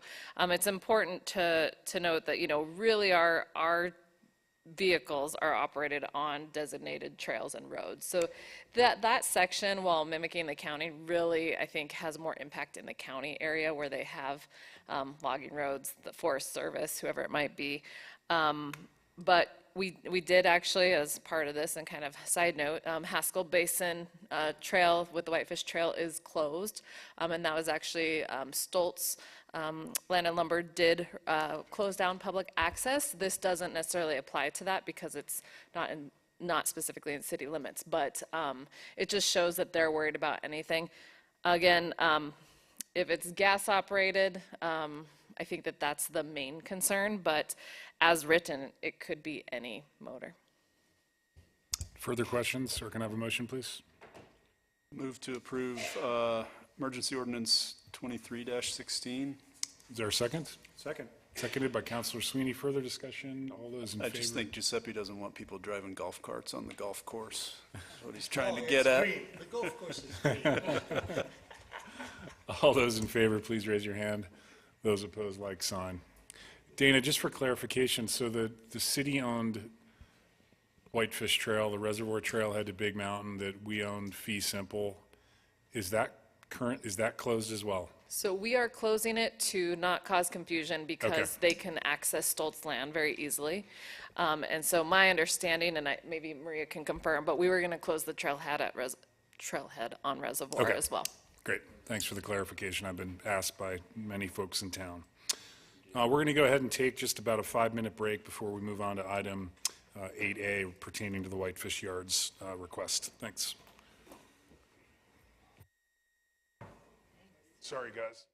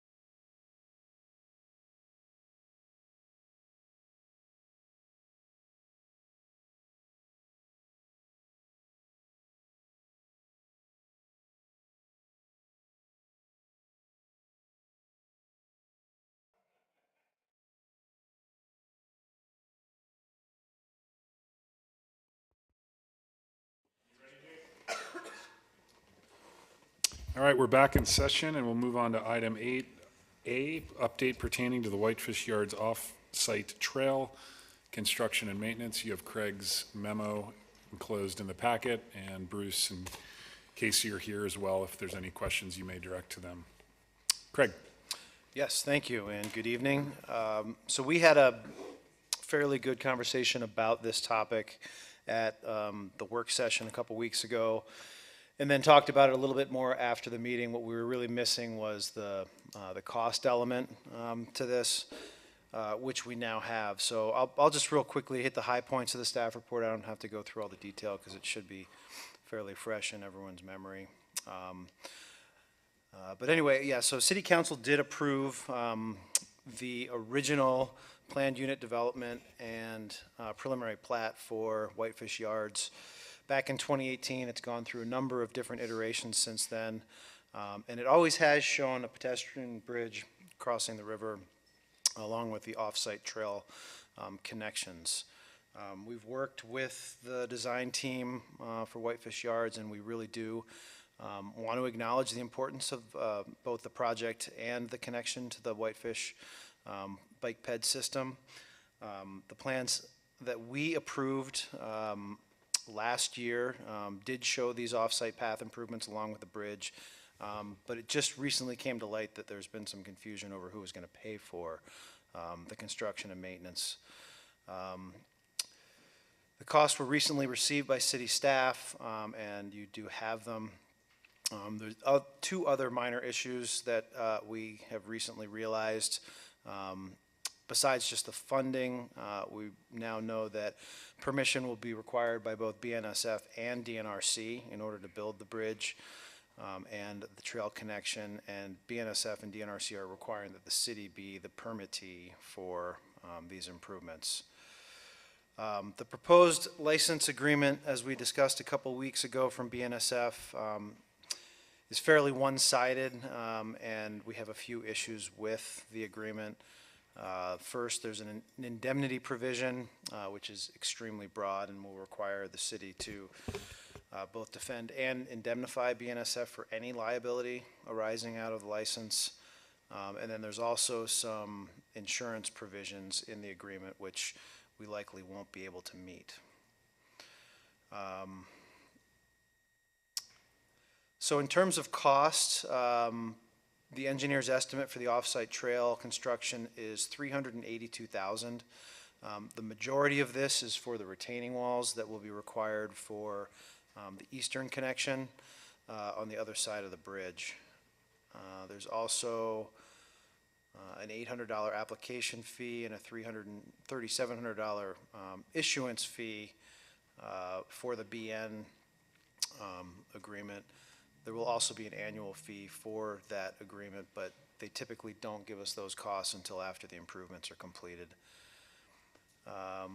So, based on this information, really what we're looking for is, some discussion on the construction and maintenance costs, and some direction back to staff on how to proceed. Thanks, Craig. Who would like to start? Giuseppe?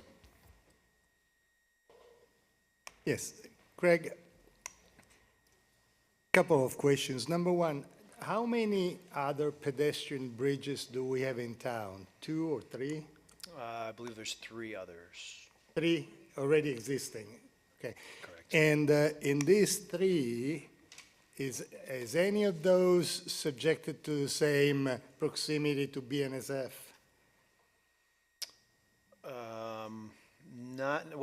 The Sky Park Bridge, which is directly north of this site,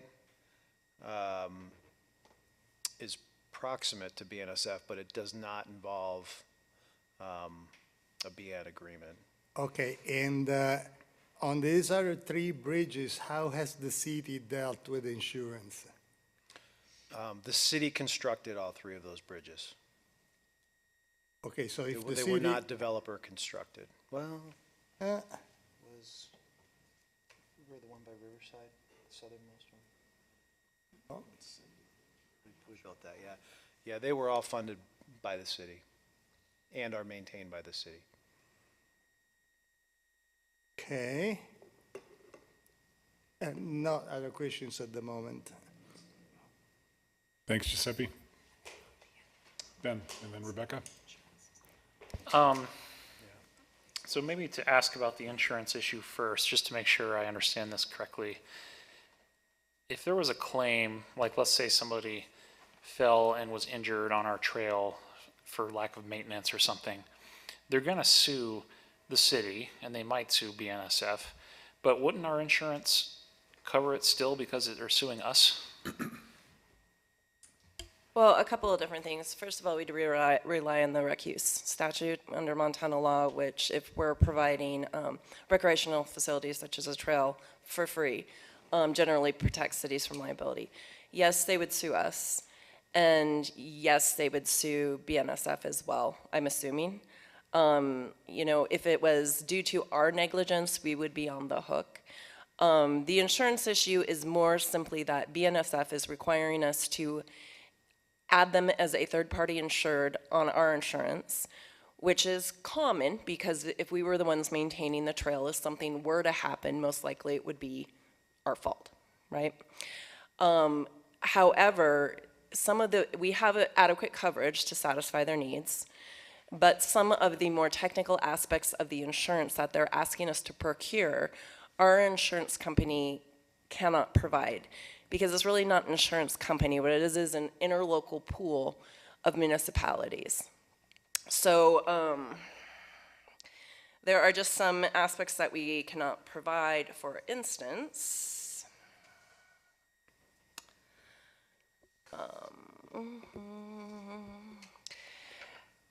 so a contractual assumption of liability, which means that we're taking on a liability by contract that we would not have at common law. Our insurance company will not allow that. There's a separation of insureds, where they require separation of insureds, which means the insurance applies separately to each party that's insured. They would not take that over. So it's not a matter of liability so much, it's as this contract or this license agreement is requiring us to provide some requirements that, that I've ran by the CEO of MMIA, and he's like, well, you can sign it, but you're not going to be able to provide those.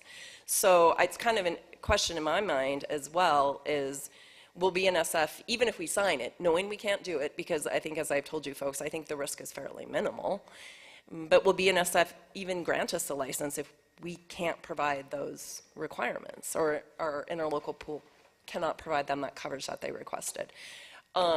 You know, BNSF traditionally has had some pretty onerous insurance requirements. Towns in the past have generally just went ahead and signed the agreement. They have changed in recent years. They become actually more onerous, have signed the agreement. So, and usually it's like they have to get sewer under BNSF. And what, if you're not going to be able to provide that kind of necessary infrastructure, what else is your choice?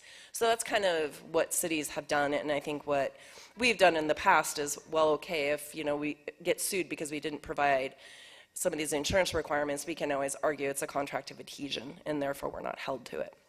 Alan Holz's caution was, well, this is kind of a bike path. It's not really necessary infrastructure. It's certainly nice infrastructure. But again, I think the risk is relatively low, but I do want to caution you that BNSF might not even want to grant us the license if we can't insure them in the manner that they want to be insured. Craig did reach out to BNSF, and this was, I think, our original idea was just to tack this on an already existing agreement we have, just do an amendment to it. They did get back to him, and I think she's, well, in a rather kind of harsh email, truthfully. She is checking with their VP of something this week. So, I mean, best world, they'll just say, yeah, let's just tack it on to this agreement we already have with you guys, and this probably won't be an issue. I mean, is there a risk that somebody invests a lot of money in improvements on a trail, and then down the road BNSF says, oh, you're not complying with the insurance requirements of this, and therefore your access to our property is revoked? Oh, yeah, that's always an issue. I will say that with BNSF's cover letter to us with the license agreement, where they asked us to sign when this kind of first reared its head several months ago, they basically said, sign the agreement and give us your insurance, your deck pages. So I would hope that it would be apparent at the very beginning, if they're not going to, before, if they look at what we provide them for our insurance, and they say, well, that's not adequate, and we say, well, we have no way as a municipality of providing you what you're asking for, that we would know up front. Do they have the right to terminate is the license a lease? Do they have the right to terminate that at a later date if they discover this issue? I would think at any point that they discover that we're in material breach of the terms of the license agreement, yes.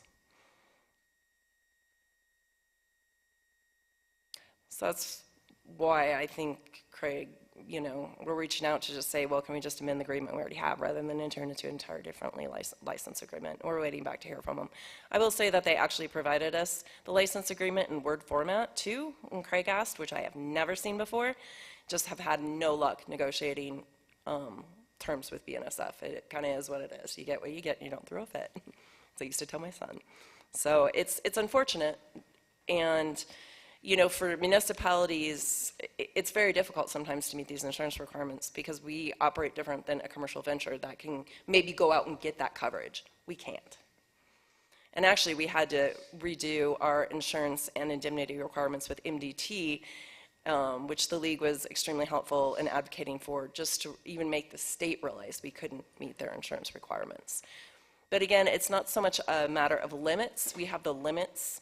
It's just some intricacies that would fully protect BNSF in any imaginable circumstance that our interlocal pool just doesn't offer that product. I mean, it seems like the financial risks are probably pretty low, right? I think the financial risks are, you know, quite low. I think we have the rec use statute that we could rely on. You know, we haven't had any of that I can think of, injuries on trails. I think the financial risks are really low. I just think it's getting BNSF to work with us on, will you accept this insurance? And then I guess to turn to the cost issue, I mean, is there any other example we can think of other projects where the city has cost shared in improvements like this?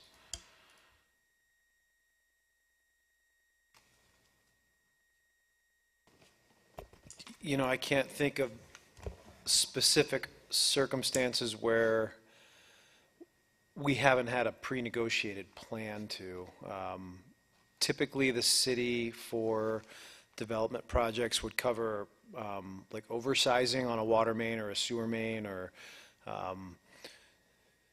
but not outright connections to existing infrastructure.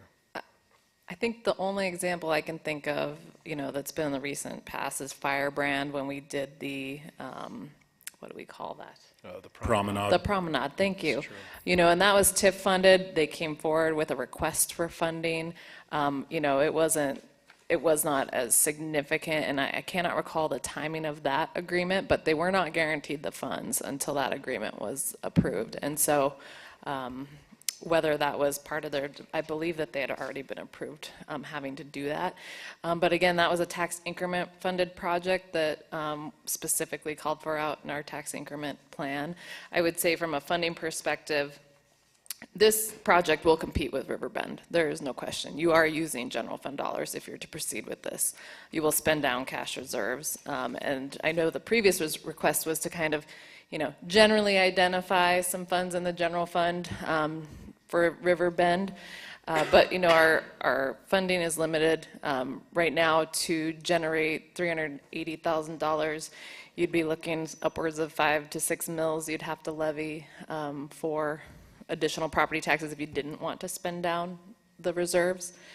If you did this project, just with our preliminary budget, things are changing with our tax values, and I'll get into that when I get to my manager's report. You would be bringing the reserve balance in the general fund from 35% to 30%, so still above the 25% goal that the council has, but you're definitely eating into any reserves for Riverbend, would be my opinion. Where do you think the Bike PED committee, and by extension the community as a whole, would rank this in terms of value to the community for the dollar spent, I guess? Like if we're trying to decide between putting $1 in this and $1 in something else, how would we think about that? I don't know if I can necessarily speak for the Bike Ped Committee. They haven't reviewed this topic. They've been very focused on completing the Whitefish River Trail. This obviously feeds into the BNSF Loop Trail, which is an already completed loop. So I don't know where it would fall on their priority list, but they will have a meeting in September that we can talk to them about it. Rebecca. Yep, so Riverbend was a request. John Phelps came and asked us to set aside $1 million, but that's not on our capital improvement project list, is it?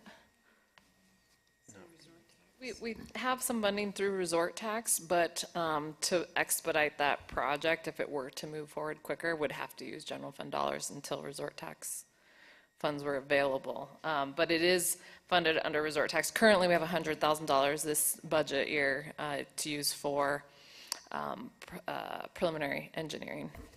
Right, so that project could still be many years out still, right? Riverbend could still be 5 years out.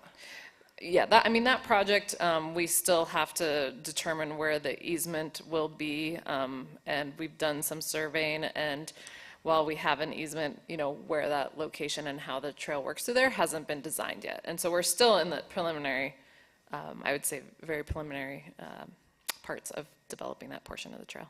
So I guess I'm bringing this up because people are saying that we either get to do Riverbend or we get to do this bridge. But Riverbend is a long way away and has been coming at us for many years, whereas this isn't more of an urgent need to make this decision. And I live by the Riverside Park footbridge, and I remember going through that period, and I think it was $350,000. The steel was going up, so John, the engineer at the time, asked the neighborhood for feedback to give on that. And then, but we didn't do any of the construction of the banks at that time, and we're having serious erosion, so that's another $120,000 that we're now designating for that purpose. And so I think the urgency of Riverbend isn't really to me as much of an issue as whether or not we should just proceed with this and get it done, because we do have monies that we could lend to the project. So I just wanted to put that out there because of the timeline. We have time to save money for Riverbend, I think, but this project seems to be on hold because we have to make these decisions tonight, right? Preferably, yes. Giuseppe, do you have something, Ann? I was just going to respond to Rebecca real quick on course. the timing of Riverbend. Yeah, we just had a survey done. We're just doing preliminary engineering. But if I had a crystal ball, I'm going to tell council you will inevitably be in court for probably 3 years. So I don't know that the homeowners are ever going to. Thanks, Angie. I forgot about going to court too. Okay. Yeah, thank you. we haven't had much luck with reaching a consensus with the homeowners about what should be built where. So. Giuseppe. Thank you. Dana, you mentioned, so if I summarize this in my brain, the 3 areas I'm thinking of are license with BNSF, insurance, and funding. As a steward of the community's money, I'm going to ask you, you mentioned that there would have been resort tax money dedicated to some trail building. So how much, say that was the only project, how much of the resort tax money can the city use without tapping into the other funds? So right now, we don't have resort tax for unidentified. Riverbend is the next trail project in resort tax. Currently, everything else really is already in progress, Armory Park, for example. So we have $200,000 we estimate using in fiscal year 25. We're just at the start of fiscal year 24. So those resort tax fund for this project, I imagine, would not be available for this project. We would be looking at general fund dollars for this project specifically.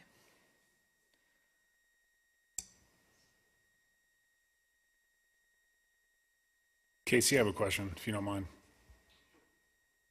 You mind coming up to the podium, please? Just name and address, although I know it. Greetings all, thank you. Casey Malmquist, 160 Walker Creek Lane, Whitefish. Simple question for you is, are you dead set on the city's contribution being the full 382? Well, a couple of things. First, in my mind. Because you have to understand this is coming to us out of left field. I don't think when we approved this, we would have anticipated an outlay of $380,000. At least I didn't.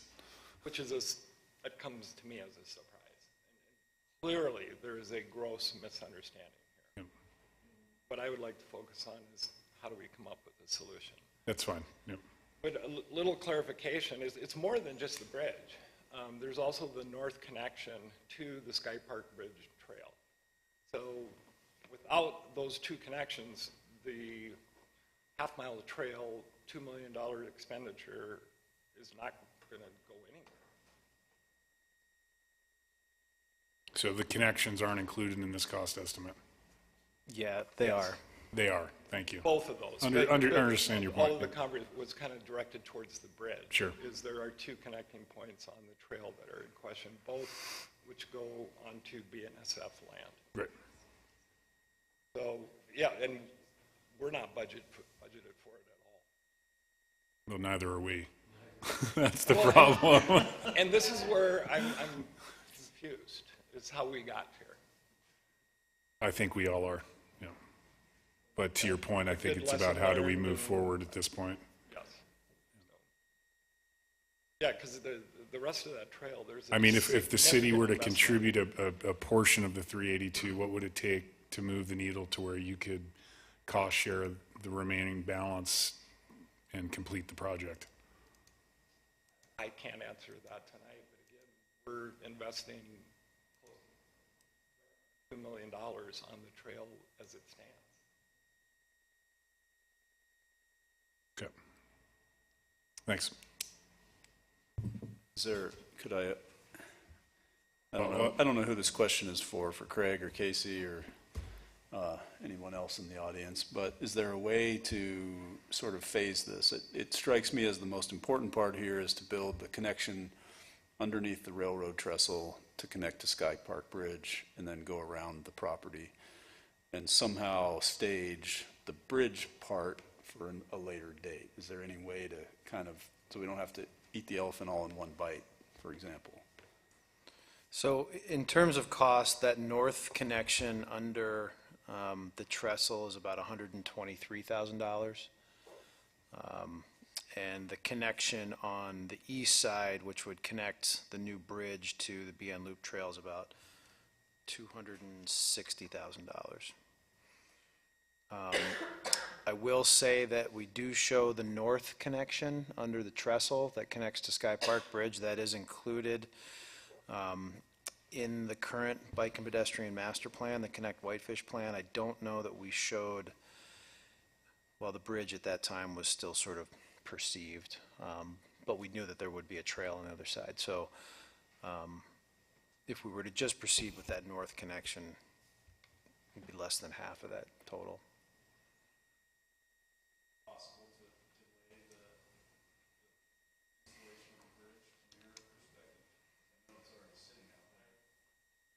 Yeah. Let me repeat the question for those listening at home. This is for you, Phil. Is there a way to, in your opinion, is it possible to delay the installation of the bridge? Well, as you pointed out, the bridge is purchased. It's there. I don't know what to do with the bridge in terms of storing it, or, I mean, I certainly have.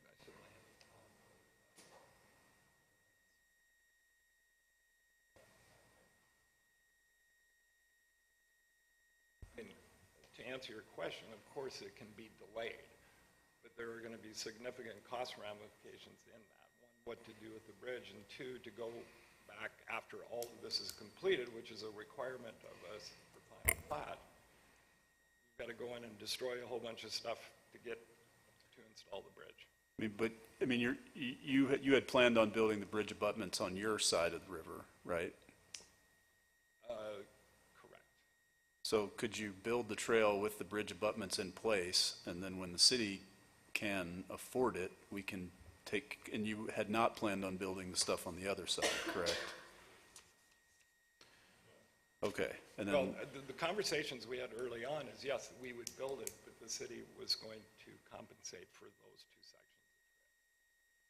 That was, a couple of years ago, over the last couple of years, so it wasn't entirely clear, but since we had the engineering, since we had the contractor on site, that we could do this in some.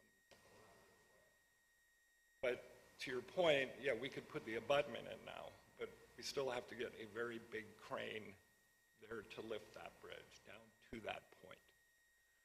And that would just destroy everything that would be in place there, including a big part of the trail. okay. All right, thanks. I'm just trying to find some sort of middle ground here. Believe me, Okay, thanks. Rebecca? I think we should discuss funding this, because we do have the money. We have more reserves than we ever have had. And we're getting a bridge that we were planning to get. So what's the downside of going forward with this plan and making up for the decreased revenue, I guess? Or, like, what would be the downside of just saying that we will pay for it? Reducing reserves as a percentage of cash from 35% to 30%. That's the downside. It's how you perceive whether it's a downside or not. Well, and just keep in mind, we're spending down reserves anyways this year in the preliminary budget that we have to make up in future years because it's not just capital. We're doing that to even out the property tax increase needed. So again, if we do this, that's a one-time cost. So I'm not worried about, I mean, like bringing us down to 30 is not great, but because the maximum we can be at is 50%. So that, that's where, you can actually go with reserves. It's something to just consider that as we're already spending down reserves, we're going to have to look at addressing that shortfall that we're budgeting this year to keep property taxes from increasing too much, that we're going to have to address that next year too. It's not a great position to be in, but we have the reserves. We intended to use these reserves kind of to even out that. This would just expedite the need to replace the reserves quicker with property tax increase.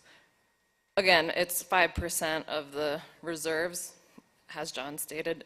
How you view 5%, that's each individual's opinion. So I'll leave it at that.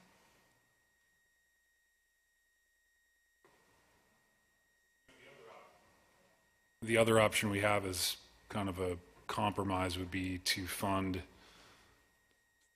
the east improvements and allow the developer to fund the BNS North improvements. How would we do that if it's on his property, though? The BNSF East is not on his property. Oh, okay. Yeah, that would be the city portion.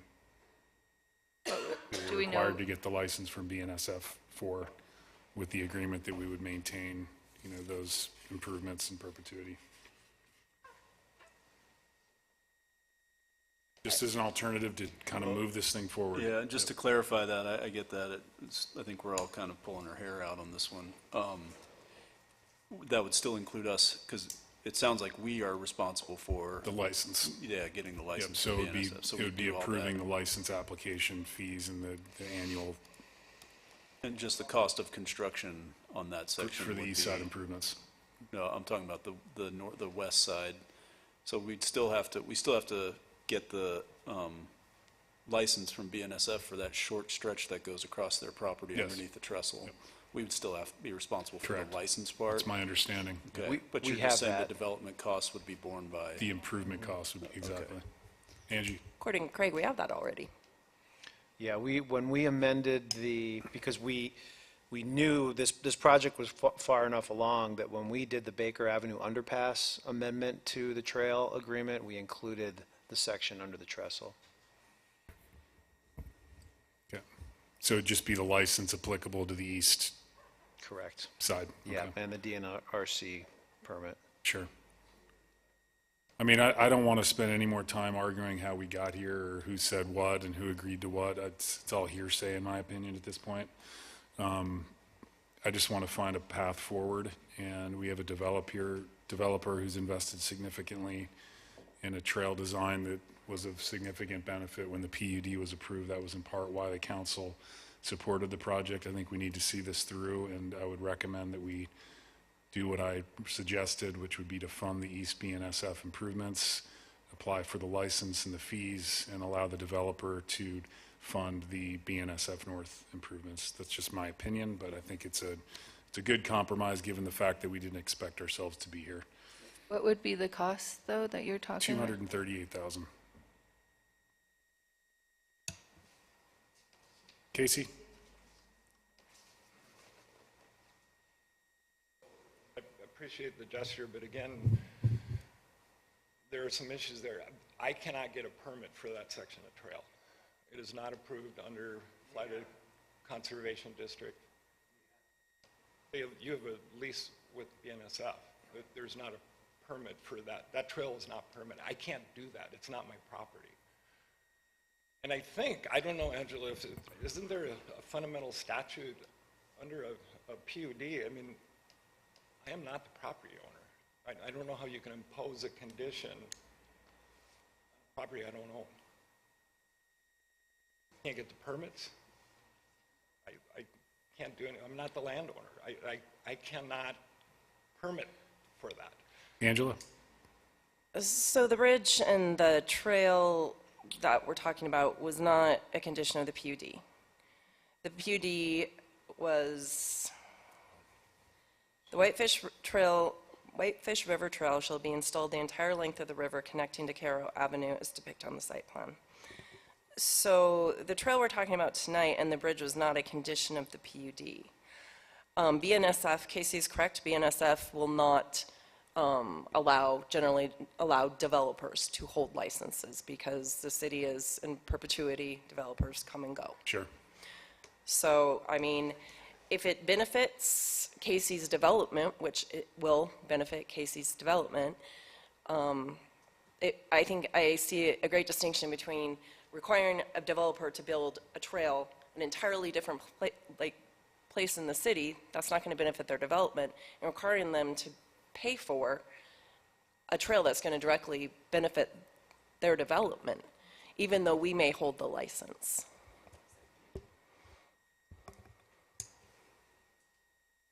Casey, if I understand you correctly, you're saying you can't even move ground there because it's not your property and you don't have the license. Is that what you're saying? I cannot, as a private individual, I cannot get a permit. I cannot Well, step on that property. Well, we know we're on the hook for getting the permit from the Conservation District. It sounds like we have the permit we have the license agreement from BNSF. What we're asking you to do is just build the trail right through there. That's what you're asking, right, John? That's my understanding. We're going to take care of the permits and the license. I You guess just it have was to my build the understanding trail. that the Conservation District, you already had the 124 or the 310 permit, and it's been renewed a few times, hasn't it? We have the 310. Right. That only applies to that property, to the private property. Doesn't apply to the section. How many linear feet are we talking is that connection from the edge of your property to the Sky Park connection? I think it's 120 feet. The right of the BNSF right-way is 120 feet. So that's a section that's not completed on our side. Would you, if it works out, would you be willing to just to construct that section of trail 120 feet? I mean, if that gets us through this whole thing, and it can happen because we get the permits and it's all good? I can't answer that tonight. I will certainly consider it. I would like to have a discussion about what kind of requirements would be for constructing it. Would be any different than if we were to do it as a private party. Okay. I assume it would be constructed in the exact same fashion as what you're building on your property already. Wouldn't be any different than that. 8 feet, what is it, 10 feet wide, and I forget what it is, 10 feet wide, basically. Yeah, I mean, the plans are plans. designed, approved, bid, and under contract. So, I mean, I think it comes back to the whole confusing part for me is, it was my understanding that LHC was under contract to build this based on the plans and specs that the city approved. And so it wouldn't change at all from, from what's currently being built. I think it is more than 120 feet, though. And just to clarify for the council, when you're committing funds, we have to go out to bid. We cannot use the LHC contract that Casey has because of our procurement requirements with state law. So anything over 80,000 has to go through our bid process. So we would be, whatever section the council decides that the city will fund, we would have to go out through a bidding process. It might be that LHC, does bid and we have them, but we have to do a fair and competitive bid process. What is being offered for discussion here is we do not, the city will not build the western-northern section connection. That would be Casey's pursuant to, we would only build the eastern portion connection there. So I understand that we would have to go out to bid for that section. But if the developer is going to pay for, and he gets to pick the contractor, correct? How he pays for his section doesn't matter. He has a contract with them already. I imagine he would hold to that. It meets spec and we don't care, right? Okay. So what I'm hearing is that there seems to be, and maybe you need to go think through it, Casey, what we would be offering is we will pay for the eastern side and the abutments and the retaining walls and the whole 9 yards there, $258,000. You take the east side and we manage it. I think that's what's being offered. And I know you're not necessarily willing to take that now, but I think that's a compromise that I think we could get through here. And we would, to the extent we need to get additional licenses that we would have had to get anyway, we'll get those. Yep. Am I missing something here? No. Okay. I guess the only thing I would say is we'll try to get the licenses. Right, yeah, we'll try to get the license. So it sounds as though you, Casey, can't answer that question tonight. You probably have to report back to whoever you report to. I would like to see our final property valuations, Dana, and how we're looking in terms of the overall budget before we go to final adoption, and get a better perspective on how this would impact our fiscal year budget moving forward. And I think those two questions need to be answered before we make a decision here tonight. Yes, and also, and again, I appreciate the gesture. I just, what I need to do is consult the legal counsel. Is like, can I do that? I mean, who has the liability? Who owns it, that section? And does that liability of construction follow the city? Does it follow me? I mean, those are the questions on top of the monetary one that need to be addressed. And I think those need to be flushed out with staff, quite Again, frankly. just getting Yep. the permit, because it will be a private party that is constructing. Correct. I think there's ways of addressing that, whether Casey just pays the city and we do a contract, go out to bid for that both sections, and then whatever is bid out for that section could be something where you just pay the city, reimburse us for those costs. I think there's a way, if legally, they're saying he shouldn't develop on what would be our public property, I suppose, through the license. I think that there are ways that could be addressed through an agreement. I don't want to belabor the argument, but the discussion, how many times do we require developers to build trail? And they give it to the city. It becomes our property at that point. How is this any different? Well, how many times do you ask them to build it on someone else's property? Right, no, Casey, but I hear what you're saying. So, And that's the point, is that this is not along his property. So if this is along BNSF property, then we would be holding a license. I think Right. that there are alternatives if, for instance, he can't legally develop there. So, there are alternatives to where the city is paid for that. And we take that as a cash reimbursement. Dana, we consider the final budget adoption on the 21st, correct? That is correct. And the preliminary or final budget document should be prepared for you guys for the packet that'll come out next Wednesday. So given the fact that it's 9:40, can we regroup on this on the 21st? Do you have questions that clearly you need to get answered? We have questions that need to get answered in light of the fiscal year budget adoption so that we can look at this in a bigger picture. And I just think let's punt this to the 21st. And if possible, let's put it earlier in the agenda than later so that we can discuss it immediately following budget adoption, if you don't mind, Dana. That works. Is that okay with you, Casey? Yep. Okay. Is that okay with the council? Yep. Ben? Sorry. Briefly. I don't want to make a comment, but let me just make one observation too.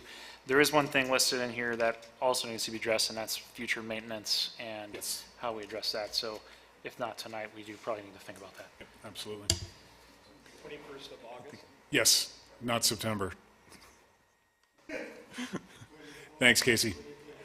2024, yeah. You have Dana's report enclosed in the packet. Any questions for Dana? Dana, anything additional to report on? I've got a couple things. First, we did issue a press release with Montana Fish, Wildlife, and Parks regarding falling water levels on Whitefish Lake and the challenges that large watercraft and long trailers might face with the decreasing water levels. Obviously, we're aware that this year we are facing a severe drought. Flathead Lake has it much worse, but Whitefish Lake is also dropping as summer proceeds without any type of rain. So with that, we're just recommending that boaters consider what they have docked on the lake right now, large boats as well as those that have longer trailers. Anything to add, Maria? Okay. Yeah, any Dana, questions? question. Do we have predictions on whether we're going to get further water drop in the lake, or is that just unpredictable at this point? That's not something that I think that we've predicted other than without rainfall and the heat that we've experienced, it will likely continue to drop. River levels, north of our lake and in many other areas in northwest Montana are at their lowest levels that we've seen at this time of year. So, yeah. 20th percentile flows in most rivers. Also, we did receive our taxable value today from the state, and so as you can imagine, my crystal ball of the 10% increase was very conservative. We've come in with regardless of growth of new taxable property, our values were adjusted by 55%. So we went from 1 mil value earning the city, I would say 49,000 to about 79,000.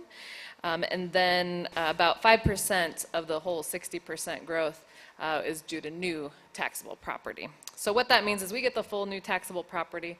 The reappraisal of current taxable property really is limited to half the rate of inflation. However, we do have additional mills that we can levy that we haven't levied in the past. We are working to adjust the budget, but it's going to be a very confusing budget when I say we're reducing mills by 42 mills, but yet property taxes are going up still by that 10% per property. So, and it just has to do with how the mill value, as that goes up, the number of mills to generate the same amount of revenue goes down. So it's just mathematical, but can be confusing when communicating to the public. So we do have to have in our resolution, final budget resolution, which is new this year due to Senate Bill 332.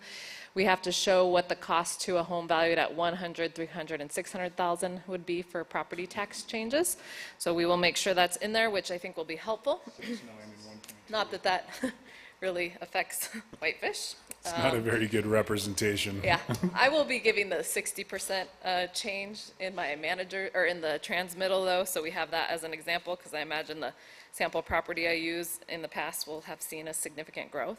One question I have, and I'd like some direction on this as we prepare the final budget, is the housing mills that we've set aside for housing. So the council has said that we want 4 mills to go to housing. With a 60% increase, in our taxable value, if we keep the 4 mills levied there, that means we're going from about $200,000 a year to over $300,000 a year.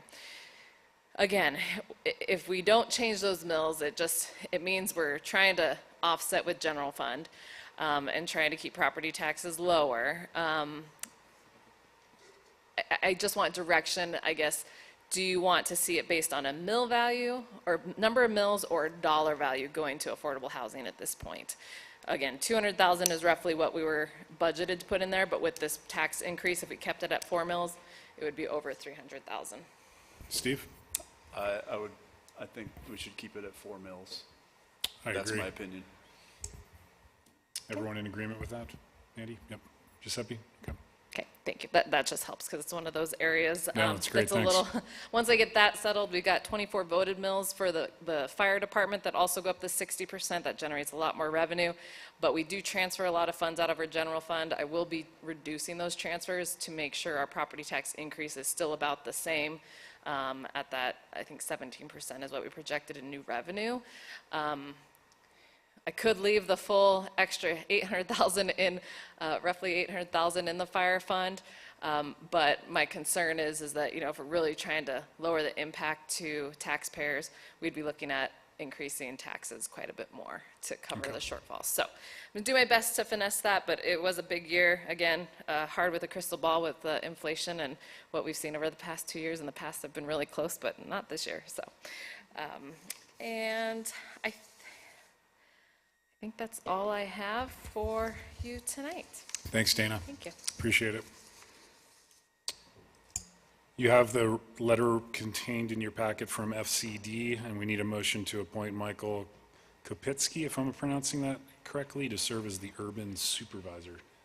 Mr. Mayor, I so move. Thank you. Is there a second to the motion? Seconded by Councilor Quinnell. All those in favor, please raise your hand. And that passes unanimously. You also have a letter from Nancy Nicoli from Iron Horse addressing concerns pertaining to the lack of solid waste pickup at the cabins. Any comments on that letter? Steve? I think that I forget your name, sorry, but yeah, Jay. I think he said he's going to work with her for, you said that at the beginning, right? Okay, okay, thank you. Thanks, guys. Appreciate it. We'll start with councilor comments. Just let's start on this end. Andy, anything tonight? Really nothing other than probably a procedural note. Item D, Frank's motion was for a resolution rather than an ordinance on a first reading, so we might want to correct that in the minutes, so. Yep, picked up on that as well. Michelle got that, but she's probably going to do it. I just thought I should go ahead and bring that up. That's all I have. Thanks, Andy. Rebecca? Yep. The first thing is what Jan Metzmaker brought up. All of the boulevards seem to have noxious weeds that we've reconstructed lately, and I talked to Maria about how the parks look so great all the time, and it's because of watering. And so is there any way that we could improve that? Because I'm watching Spokane, and even with daily watering twice a day and me reseeding, the lawn didn't grow back in, and then along Edgewood and Texas and Iowa. So I think that it is the city's responsibility to come up with a plan for the boulevards at least. So Craig, do you have any ideas? Yeah, the first thing I'd say is that an unirrigated boulevard is going to take at least 3 years to mature. And so we do typically try and get seed down either in the fall or the spring when we have help from Mother Nature, but the last couple projects we've done, we haven't had that luxury. And so without homeowners' help watering those boulevards, it's going to take a couple of years to germinate. We are changing some of the things in our plans and specifications to be more stringent on the soil that's brought in, the topsoil that's used, and we are also adding a 2-year maintenance warranty that will include spraying for weeds. So we're working on it. We realize of the work that we do on road reconstruction projects, the restoration is always the most critical and typically not our best foot forward. So we're definitely working on the plans and specs and trying to make some changes on how we do it. But we're also asking for patience. I mean, I understand that it's been a couple years on Edgewood and we've really been struggling, but Texas was just seeded 2 months ago. Right, but Spokane was seeded and watered, and it's dead. Like, it's literally just dirt on a lot of the neighbors. So I think it needs, like, someone that knows how to grow grass to go there and grow grass. I mean, I'm not great at growing grass, but I did water and put seed down, you know. Well, there's areas out there that came in really good. So there is a warranty on it. I can tell you, Rebecca, and we will be reseeding Spokane, the areas that didn't come in. Okay, and then what would you want the owners of the properties that are dealing with noxious weeds to do? Wait, or like, can we go out and at least spray them? Oh, or? absolutely, yeah. Because it's quite a bit, and Jan's right, we do have a noxious weed program. Okay, thank you for listening to that. And then the second thing I wanted to bring up was for the counselors and the mayor, is to maybe look at a rule where we don't use cell phones when we're up here other than for emergencies. So we literally turn them off. We don't communicate with anybody while we are up on the dais or in work sessions. I just think it's even texting to people while we're up here when we're supposed to be deliberating could lead us into difficult situations in case there were records requests. And also we're supposed to be doing the job of deliberating. So is there anybody have an opinion about that? Giuseppe? Yeah, yes, I do have an opinion. Quasi-judicial matters are regulated on how we proceed. I use tablets and cell phones for both following the agenda in the packet, and sometimes I do research online as we're deliberating. So in that sense, I like to keep using my tools. Steve? For lack of a better term, I think we can have a gentleman's agreement that we're not. I agree. We're not scrolling through our social media while we're up here. Sometimes my daughter will text me and I want to respond to her. It's not taking me out of the public discourse. But I think that we're all adults and we should know how to manage our phones and our tablets and our devices while we're working, which is what we're doing up here. And it's no different than me sitting in class, and if I get a text from my daughter, I'm going to respond to her when I get the next opportunity. At the same time, though, excessive use is distracting. Yes. I mean, there's no doubt about it. If an individual's sitting up here and sitting on his or her phone for 20 minutes or on and off the entire meeting, it distracts me. So I would just ask that people be conscious of that for all of our sake, and respectful. But let's start with that and see how we move forward. And my concern is us communicating with constituents while we are up here. So I just think that's... I would hope that's not happening. Well, I would hope so, because I think it erodes public trust. That's right. That we are actually up here as elected officials deliberating for the whole community, not being unduly influenced. So, and the third thing I wanted to bring up was about staff at some point looking at pay scales for mayors and councilors so that when we go into the local government review, We might have some background information since I was terrible at that today and gave everybody the wrong information. Just because I went online and found this survey.com thing and it was like way unrealistic, even though John would have been really happy with his salary.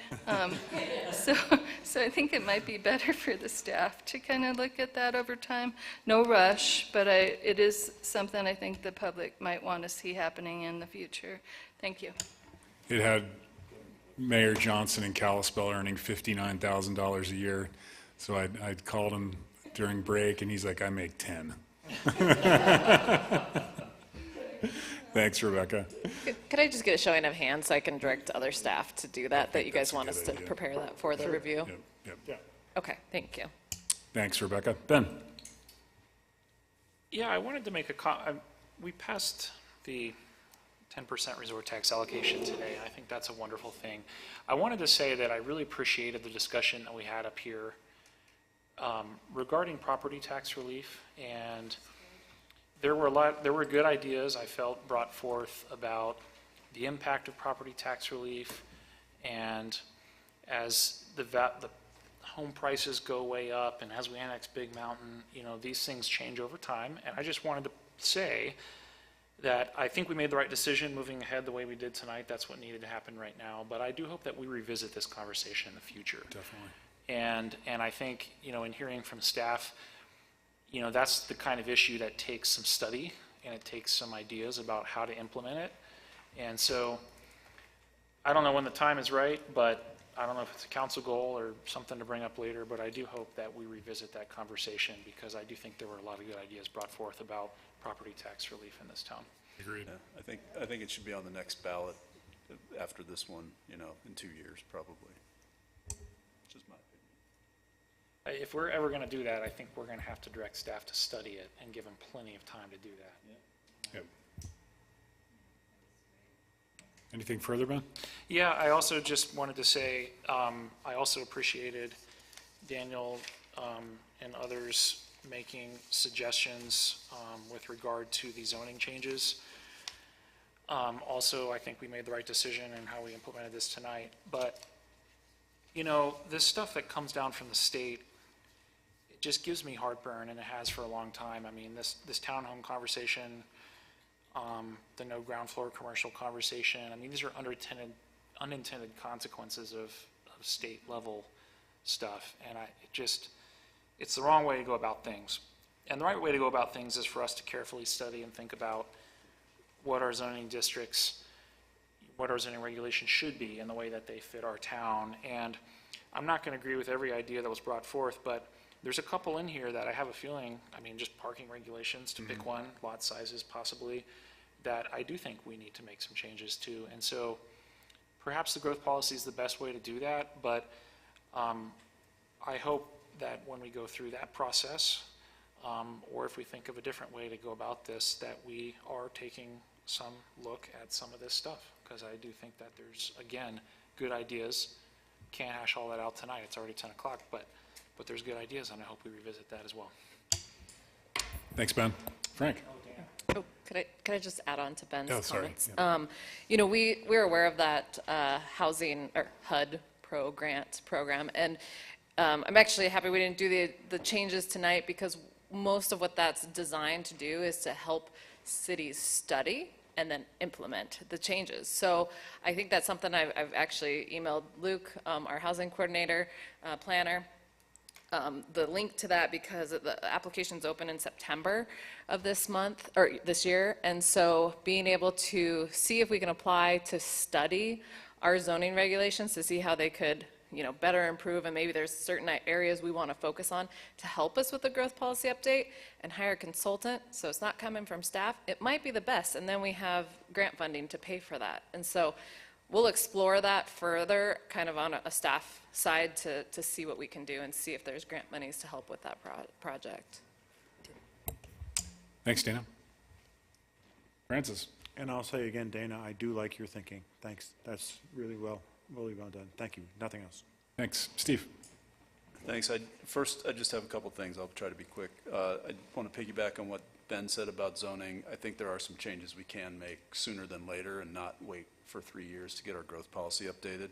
and have it wrapped into that. And I don't, and the HUD grant, I dug into that, and it immediately confused me as to what they were talking about. So whatever you guys can do you can leverage some money out of that. There are no specific qualifications where we have to have minimum lot sizes or anything like that to qualify for any of those grants, which some of the comments tonight made it sound somewhat like that, but they're not in there. But the more money we can leverage to figure out what should we be doing with our zoning regulations is important. The last thing I want to do is I just want to talk about the race a little bit more. That was this weekend because it was really important to me. It's a very fun event, and I think from the CVB perspective, with the change in the kinds of tourists we're trying to bring here, this event is exactly what we're looking for. We had a diverse group of people here, people from all over the United States and several different countries. We had para-athletes. We had people on recumbent bikes. We had people with prosthetic limbs racing in this event. It was just phenomenal.